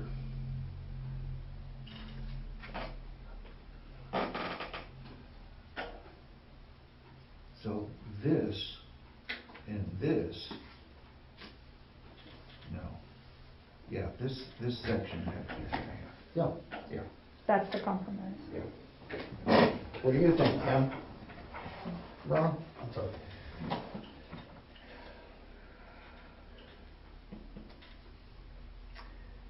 Well, to me, part of the major variance process in and of itself is you got a situation that something has come up and you need to have a creative solution to the situation.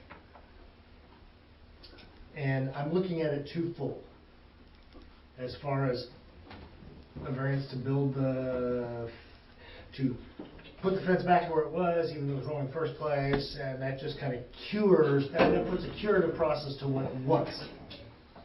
At the same time, I'm looking at it going, yes, it adds some additional, but understand why that additional becomes important. And that additional becomes important. Privacy might be a bonus, but more importantly, it has to do with allowing that person to use their property for their dogs. Now, are we granting an additional right? I would say that's what the variance is. It's like, hey, here's something that we're granting them to allow them to use, something that allows them to use their property in a way that goes away from what the written regs said. But remember, the written regs themselves are also guidelines, because I look at it and says the proposer allows a use not permitted in the district. No, that's not true. What they propose is not something that's prohibited. Fences are not prohibited in the direct district. Modification, I understand, is prohibited. No, it doesn't say that you can't, that you're prohibited from modifying them. You have to consider them as far as, if you're going to modify, if you're going to deviate from that 3.5 feet, you've got to have reasonable justification why. You've got to understand why it's applicable here, and it's this spot only. Is there a neighbor next door? Well, maybe there is, but here's something that I'm looking at in the picture. His proposal's in the side yard, on a corner lot. If I look at the house based on this picture that is directly behind him to the north, that's all of a sudden, that's the front of the property. Where's that other person's side yard? Could they have a variance and come along and ask for something similar? Maybe. But maybe their circumstances wouldn't warrant or justify or support or be at least arguable towards what they're requesting. An exception from this requirement is not allowed in it. No, it doesn't say that an exception is not allowed. So it's almost like, now, some people would sit down and, well, negligence or knowing violation of code. I would say in both counts, the only person that I would find at fault when it comes to true negligence would be the general contractor. Right, but also, The homeowner maybe should know. I would say yes, maybe they should check into it, but also thinking if the general contractors from Dayton and Lafayette are kind of similar towns, you wouldn't, I mean, If I were a general contractor, if I'm working in one community, that's one thing. If I'm gonna go work in another community, first rule, go find out what you can or can't do. Because while many things are similar, they're not the same. And somebody that doesn't do that isn't doing their due diligence. Well, none of the requirements that are written has a proviso that says, this is required, but if you've got a good reason not to. It doesn't say that. but that's what this major variance. That's what a major variance does. That's the mechanism. It is the mechanism by which they can come in and say, hey, here's what the rules say. Right. I need to have those rules changed, modified, shifted to this. Here's why. Please consider it. Yes.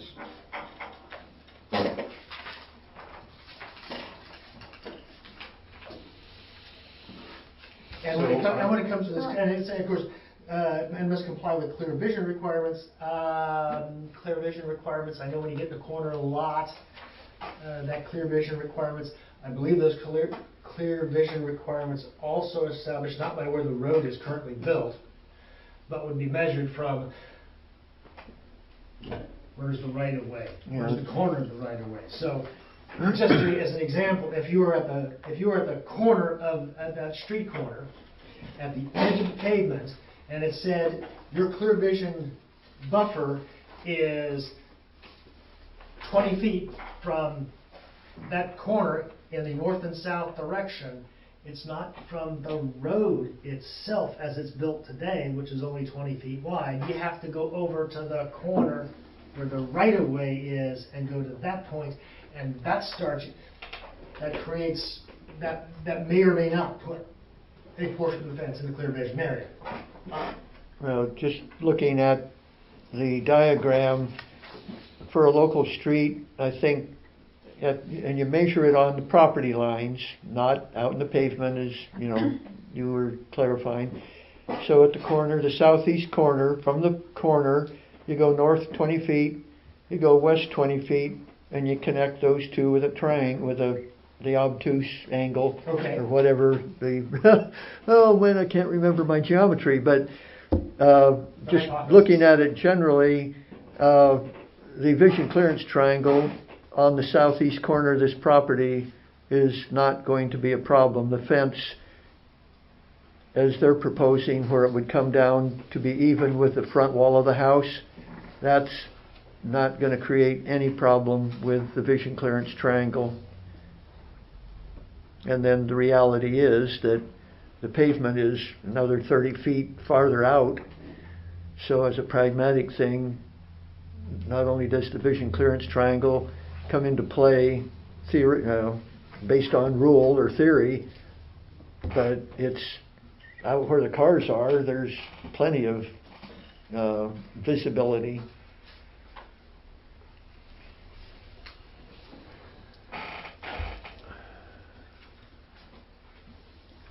So let's boil it down to what are our current options?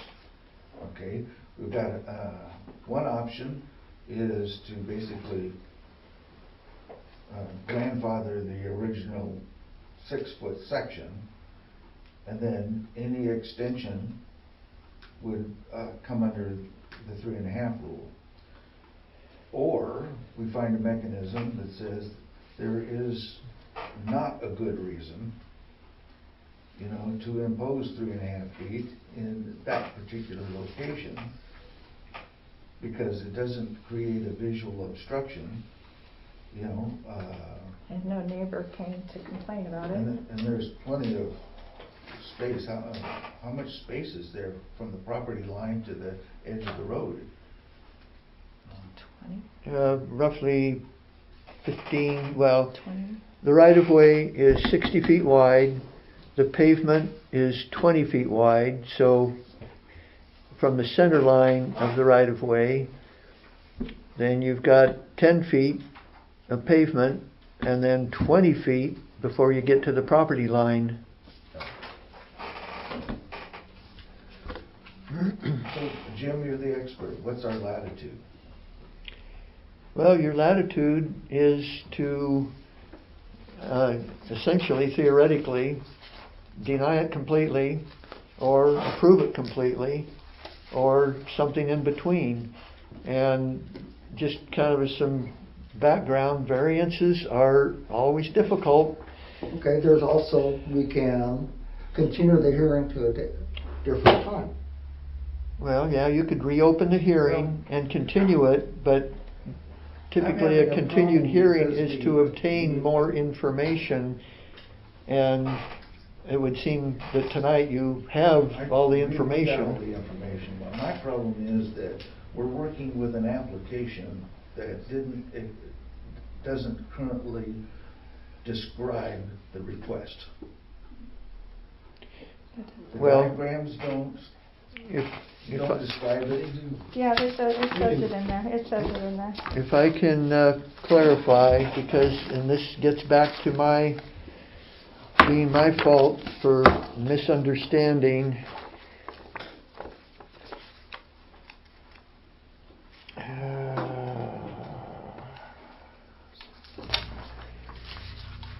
So somewhere here in the applicant's material, Yeah, it was in there.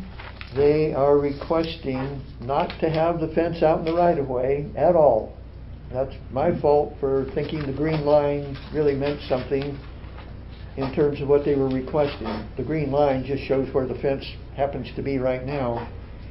And so in their letter dated July 12, the first, second, third paragraph down, we request a major variance to be approved for us to rebuild the 6-foot wooden privacy fence on our property line as it was before, which would essentially be a repair only of the previous fence.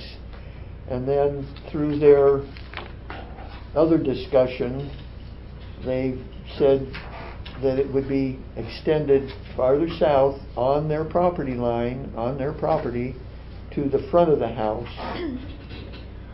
Well, Okay. I understand that. It's just that, our packet doesn't match the conversation that we're having. But we can make the recommendation. So. I'm, okay, I'm going to the following. I'm going to make the motion that the planning commission approve the application to move the fence to the property line as proposed by the applicant with an allowed height of 6 feet. I am basing that on the following criteria. The staff report noted the criteria is A, B, C, and D. Criteria A, exceptional ordinary circumstances or circumstances that the applicant has no control. He has no control over the slope. The purpose, as outlined, is for containment of animals, that a 6-foot fence would be a requirement for, so that they can be contained. When it comes to D, that such a variance is necessary for the preservation and enjoyment of a substantial property right that possessed by other owners of property in the same vicinity district. I would say that going to 6 feet, it's preserving their enjoyment of the property, because every other property owner in this city has the right to ask for a major variance. That doesn't mean it will be granted, but they have that right to ask that, and it is, in this case, necessary for them to enjoy their property. When it comes to point C, authorized will not materially be detrimental to the public welfare, injures to property in the vicinity. We've already got testimony that says that actually that is met. Nobody has indicated that it is injurious to anyone. we can tell from conversation that there is no issue over clear vision. Everything that's under that, when it says staff findings, all have things to do with the fence that is currently built is in the right-of-way, and we know that can't be. Once you take it out of the right-of-way, all of that goes away. When it comes to criteria D, special circumstances under which is based from the negligence or no violation of the ordinance, I would say the applicant, to me, is not negligent in this. They did not knowingly violate. They may have made a choice of someone that person was negligent, that person didn't know, but I can't fault them for that. And part of the reason I can't fault them for that is once they were told, hey, you're in violation, they immediately looked at what path they could take to provide a cure. And their cure is not like some where, hey, I made a violation of the law, I want to cure it so I can leave it alone. It's, I made a violation of the law, I want to cure. And I want to make that cure, and I want to pull it back as far as I can to my property line, getting out of the right-of-way. But going any further than that starts to infringe on their expectation of being able to use their property and maintaining a property use right. Again, that property use right is applicable to anybody. So it's not a hard, and so to me, it's not a hard and fast thing. So I would say, yes, my proposal, my motion would be to adopt their application, allowing them to build that 6-foot high fence on their property line from what would be that northeast corner down to that intersection point on the southeast corner of the house drawn out from there, giving them that takes it out of the right, and it meets all of the conditions that we do. That 3.5-foot fence is not set in granite.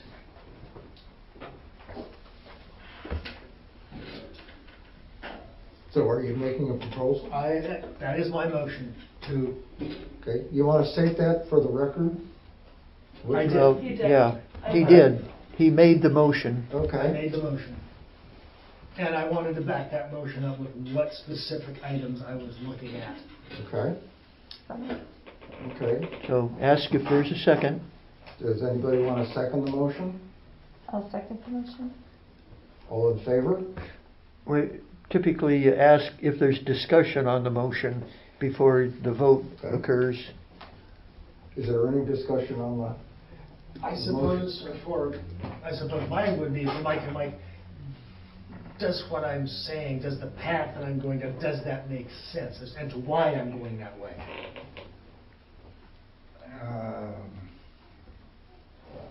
That's an alternative view, and my way of reading things is that you take teeth out of, requirements, and if it's just left open, okay, to interpretation for usability, livability, privacy, and dogs, that's not the criteria set up for originally making those decisions. The 3.5 foot was came up and was decided upon a long time ago for various reasons, and until there is better rationale to change it than to rely on a consistent flow of variance requests. I don't know about you guys, but I have better things to do than deal with fences all the time. So And then just driving around and looking at, there's a fair amount of, what's the word I'm looking for? Fences that are in violation. Just takes a drive around. Okay? And one of my hot buttons is the enforcement of the rules, the zoning and development regulations, and until those change, I'm going to stick with what the rules say. Now, my compromise was to grandfather the original section at 6 feet, and then the additional sections, being new construction, be in conformance.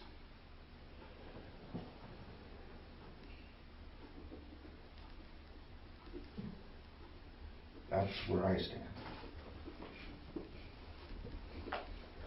I also have to agree with Michael. I feel that, I don't think there's enough justification to make it a major variance.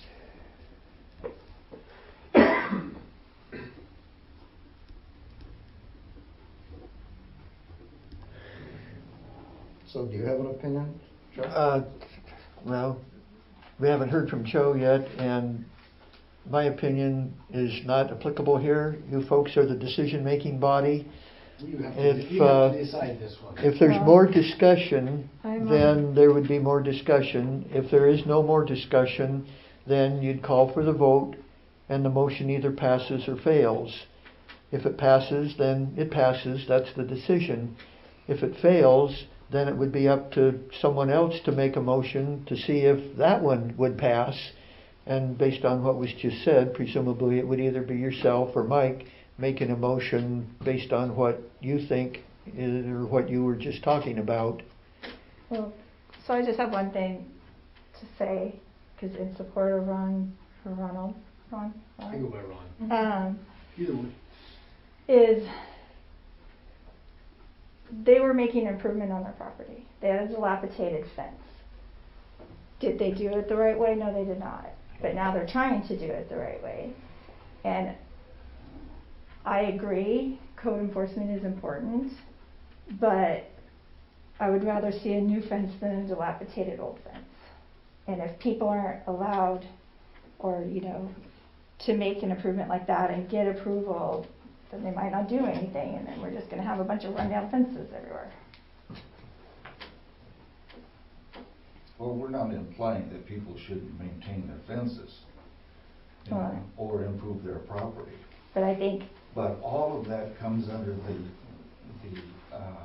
the guidelines set forth by the city. and the that variance says is this- part of those guidelines. Yes. This is what we do, until such time as we change those. But the variances that they ask, notice that the variances they ask for don't specify that if you stay within the guidelines, then there's no variance. Then we don't ever need to have a variance whatsoever. You just have, this is what you can do.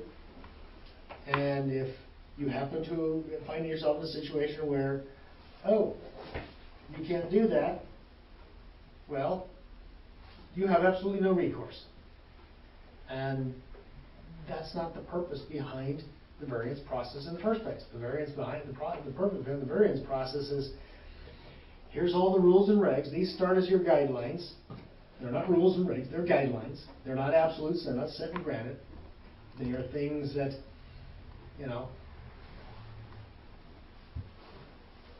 in some respects, otherwise, how do we have a situation where this type of stuff becomes living and breathing?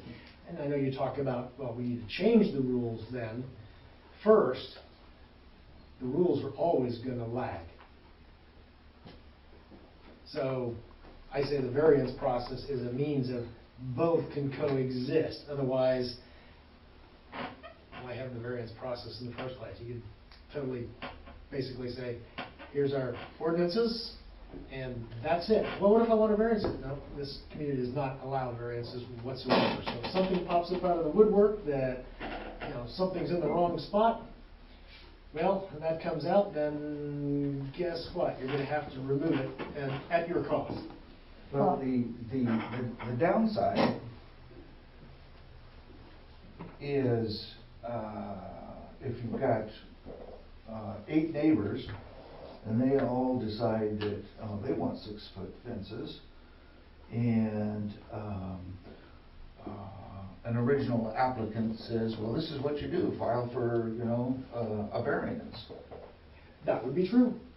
That would be absolutely true. But then And at some point, you can't respond to all of the applications because of the time limits. What is the 120-day limit?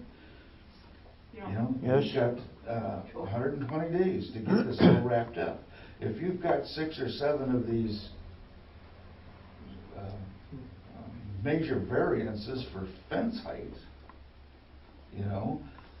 that could bring city government to its knees. But that's probably what leads to code No, changes it then. wouldn't bring the city government to its knees. It would mean a lot of work for me, but it would It'll bring get you to done your within the knees. 120 days because that's what the state law Yeah. requires, so. And we would, we would be just- busy, but that's also the property owner's rights. And if there are, keep in mind, each one of them is based on its own merits. It's not, well, this one was done, so that sets a precedent. Keep in mind that when something like this is done, each variance stands on its own. It does not set legal precedent. Hey, Joe was granted blah, blah, blah. Well, here's why. This, and this. We're containing dogs. It's privacy. It's like that. He's established that there's an uphill slope that interferes with it. That's not to say that there aren't other properties out there that have that same situation. There probably are. Those owners may or may not want to apply, but maybe they don't. Hey, I'm on flat level ground. We got a variance, flat level. You don't have the same circumstances. You don't have the same conditions. No. Yeah, Each even one's though, on its well, own. each property, each case is its own unique set of facts, and even though you might have 2 properties next to one another, they're not the same because this one's here and this one's here. The particular one tonight is a corner lot, and if you go across the street, across North Adams to that corner lot, it's not quite the same, and so individual land use decisions are not precedent setting because each set of facts is unique and each applicant is unique. Not, like in that example, the people across Adams to the east, they probably don't have 3 big dogs. So right away, it's not only a different property, but it's a different situation with the dogs. Probably higher up on the hill. And it might not have quite the same slope, and everyone is different, so a decision tonight will not set a precedent that will commit you to have to approve other fence variances for corner lots.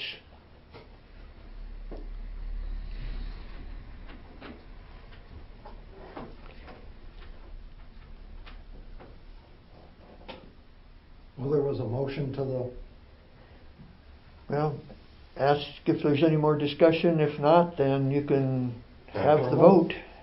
any other discussion? Let's call for a vote. All in favor of Ron's motion to approve this variance? Aye. Aye. All opposed? Opposed. 2 and 2. So it fails because it's a tie. And so then typically the group that voted against it because they have reasons to vote against it.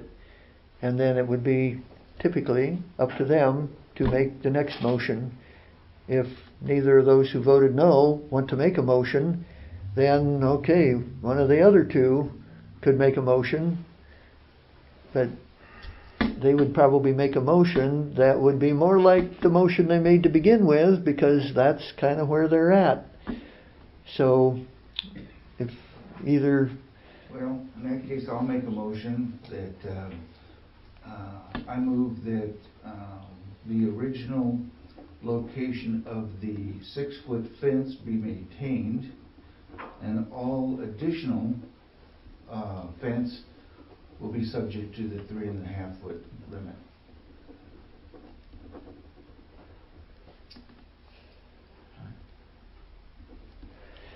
Is there any discussion with this? Well, we need a second. Okay. If there's no second, then the motion dies. Okay, I second that motion. Okay.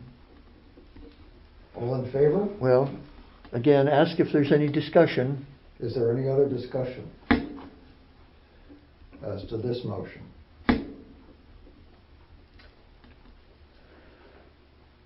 I understand why you're going down that path.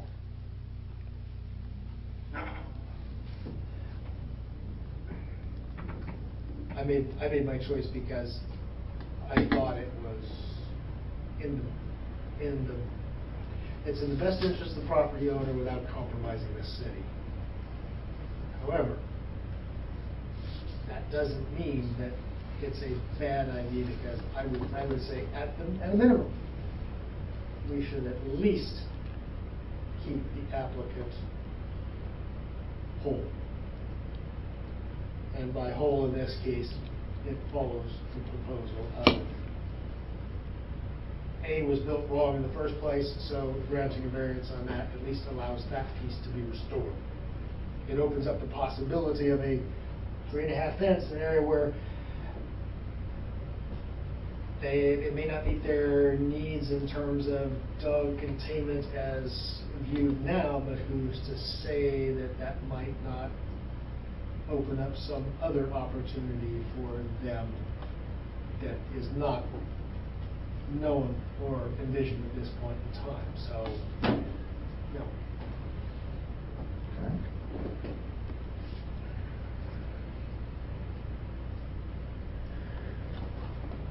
Should we take a vote? Any other discussion?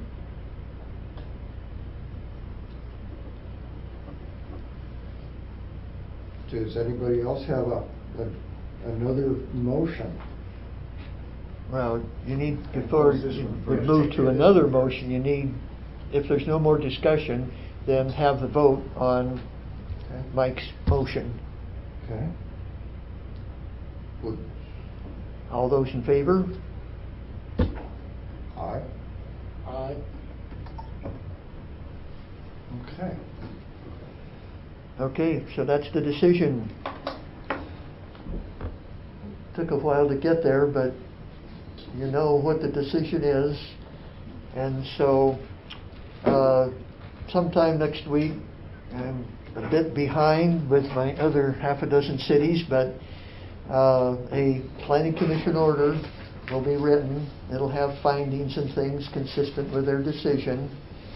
And then the chair will sign it, and then we'll send out the decision to you folks, because you're the applicant, and then to you as well as the other people who establish standing, you'll all get a notice of decision that basically will say the commission made a decision, and I guess there were no conditions of approval, so their decision is their decision.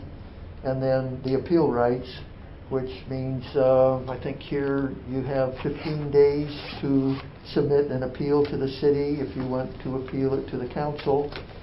If that is the case, then the council would hold a hearing similar to tonight, go through the same process, and decide whether or not to uphold the planning commission decision or do something different. And does that cost more money? Because this cost me $700.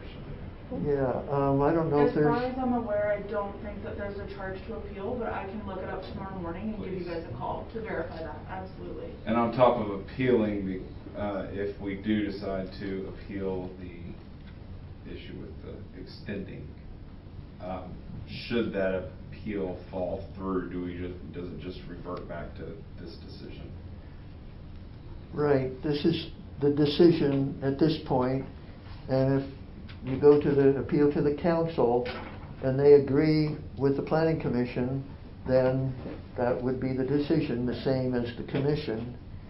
If they decide, well, yeah, we'll go with what the planning commission decided and we'll allow the fence to go another 20 feet farther south at 6 feet, or all the way to the front corner of the house at 6 feet, then that would be their decision. And I would assume that in the meantime, like with what's going on with the fence now, we wouldn't be required to go ahead and move it if we decide to go through the appeals process. Right. It would allow to remain standing until we get a final decision on what we're going to do. You have, I think again, it's the 15 days to submit the appeal, and then once that's submitted, the process where the city council would decide would go on, and then once their decision is made, you would know for sure what it is, and then act on that. Okay.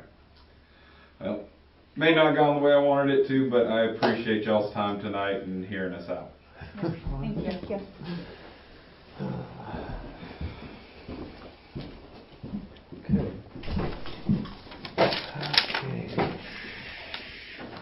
So I think now we're going on to the work session for accessory dwelling units, or shall we just?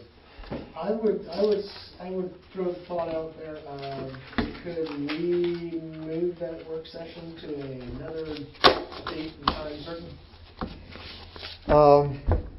You could, although it shouldn't take very long because there's only 2 items in Should the be proposed. fairly quick. I looked at the minutes from the last work session. It was fairly quick. Yeah, where have I put my short little staff report? While I'm looking for the staff report, and frankly, if you have yours, then great, because I don't need You my want a staff. copy, Jim? Well, I don't need my staff report. A few years ago, the Oregon legislature passed a bill saying all cities 2,500 and more have to allow accessory dwelling units. Accessory dwelling units are what traditionally has been called a mother-in-law apartment or a granny flat. And so the city here did allow ADUs in only the R3 zone, not in the R1 and R2. So because of the state law, the city adopted an amendment to the development code allowing accessory dwelling units in the R1 and R2 and R3, of course, subject to some conditions. One of the conditions was that there be parking on the site where this ADU is located. Another is that the owner of the main house where the ADU is located would have to live in the house or live in the ADU. So then, with the legislature meeting annually now. Oh, Jim? Yes, sir. Are ADUs all, as it's defined, inhabitable with plumbing, electricity, and all Yes. the amenities? Yes, they are a dwelling unit that would be constructed in accordance with the Oregon Residential Specialty Code. And would there be an address alteration for primary and secondary? Addressing is up to the local government, however they want to address it. It could be a separate number, like if the main house is 100 A Street, the ADU could be a 100B, or it could be 102, or whatever.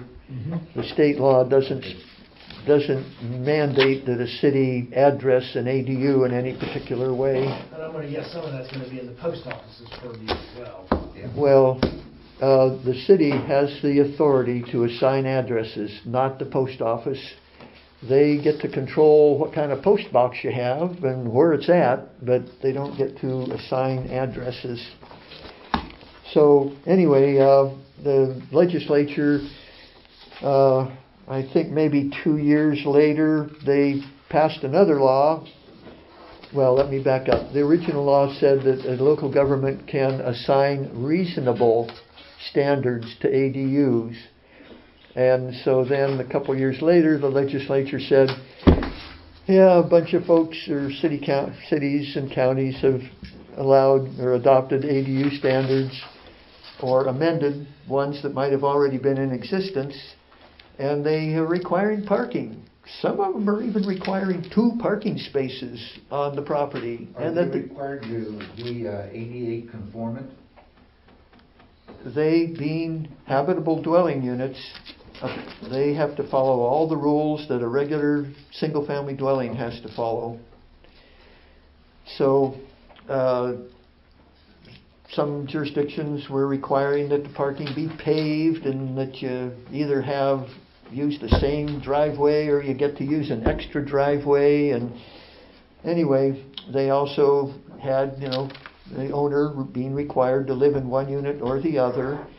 And so the legislature said, oh gosh, we don't think those parking and ownership standards are reasonable. And so they passed a law saying that parking and ownership are not reasonable, you can't do it. So going way back to February of 2020, this item was before the Planning Commission for a work session, and the proposal is to change the Lafayette Development Code to delete the parking requirement because state law does not allow it anymore, to delete the ownership requirement because state law does not allow it anymore. So that, in a nutshell, is what the work session is about. That's pretty straightforward. And wherever I know I had it here earlier tonight, but anyway, in the staff report, it has the typical approach where it gives background on what's going on, which is the background I just gave you. And then it has a list, like amendment number 1, do this, amendment number 2, do that, number 3. Yes, I think it's... Thank you. You're welcome. So the list of amendments starts on, I guess, page 3. Oh, pardon me, the list is on the bottom of page 2. And it's under the heading List of Proposed Amendments. And then on page 3 is what I call the markup. It actually shows what the current language is, and then it shows in strikeout what would be deleted, and in bold italic what would be added. And so basically it is deleting the ownership requirement, deleting the parking requirement. But just as a little wrinkle, in the parking requirement, because you might have a person who builds an ADU and they say, I'm not required to provide parking, but I want to. So then if the ADU developer wants to provide parking, it just clarifies off-street parking is not required for an ADU. That way people at the Oregon Department of Land Conservation and Development won't have heart attacks. They'll know that the city understands the law. And the Fair Housing Council of Oregon and the Housing Land Advocates and all the other affordable housing people will understand we know the law. And then we are saying where the developer chooses to provide off-street parking for an ADU, the ADU parking space or spaces, space is not required to be in a carport or a garage, but the driveway and parking space surface shall be paved, or paved meaning paved with asphalt or concrete. So that's it in a nutshell. And the So public... it just brings us in conformance to state requirements. Yes. And so it's a pretty simple thing. We're doing it because the state law says we have to do it. And the hearing for this is scheduled to be November 18, which is your third Thursday of the month typical meeting date. And in the meantime, I'll get the 35-day notice sent off to DLCD, and we'll have the public hearing notice for the Planning Commission. And then once the Commission holds its hearing, then the City Council would hold their hearing. And because December could be the month when the Council would hold their hearing, typically the city here doesn't do a lot. Like the Planning Commission just simply does not meet in December. I've been the planner for 12 years, and I don't think in the 12 years we've had a planning commission meeting in December. I don't know about the city council, but often councils don't have all their meetings that they normally have in December, so the council hearing might be in January. But don't worry about how long this would take, because given the state law, if someone walked in today or tomorrow and says, I want to build an ADU, here's my plans, here's all my stuff, and then the city would say, okay, we cannot enforce this rule on the books for parking because state law says we can't. We can't enforce the ownership because the state law says we can't. So even though the language is still here on the books, the city would simply ignore it and look at the other criteria to judge whether or not the ADU meets everything. So that's that. Excellent. I think that's it for old business. Any new business? Any old business? Our next meeting will be November 18th, and I'd like to call a motion to. I make the motion we adjourn. Well, Oh. the next meeting, November 16th. yeah, 18. yeah, the 18th, that would be your hearing.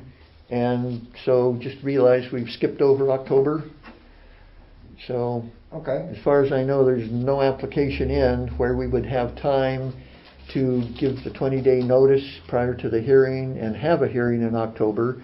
But as always, particularly for the new folks, hold that third Thursday of the month open. Third Thursday. Because tomorrow, if somebody walks in with another major variance, then there would be time to give the 20-day notice for a hearing on the third. Well, wait a minute, maybe not, because we're already on September 30th. But anyway, it's a good idea to hold that third Thursday open until you know there's. Technically, I guess if they applied today, Oh, but I did not receive any Okay. applications today. good then. It sounds like no meeting in October. Okay. All right. I make the motion we adjourn. Second. All approved? Aye. Aye. That's Thank you for staying through the work session so we didn't have to come back next month. It is greatly appreciated. Hey, Ron, your jacket. Oh, yes. Thank you, Ron. Yeah. I totally Well, you forgot. prob- It's like, crap. You probably would have felt a little chill as you walked They out the built it, door. and they knew that they needed a permit, and they did it anyway. Well, you know, you don't normally one have time- variances, so it's You want likely those won't happen signed? for another 10 years Thank or you. so.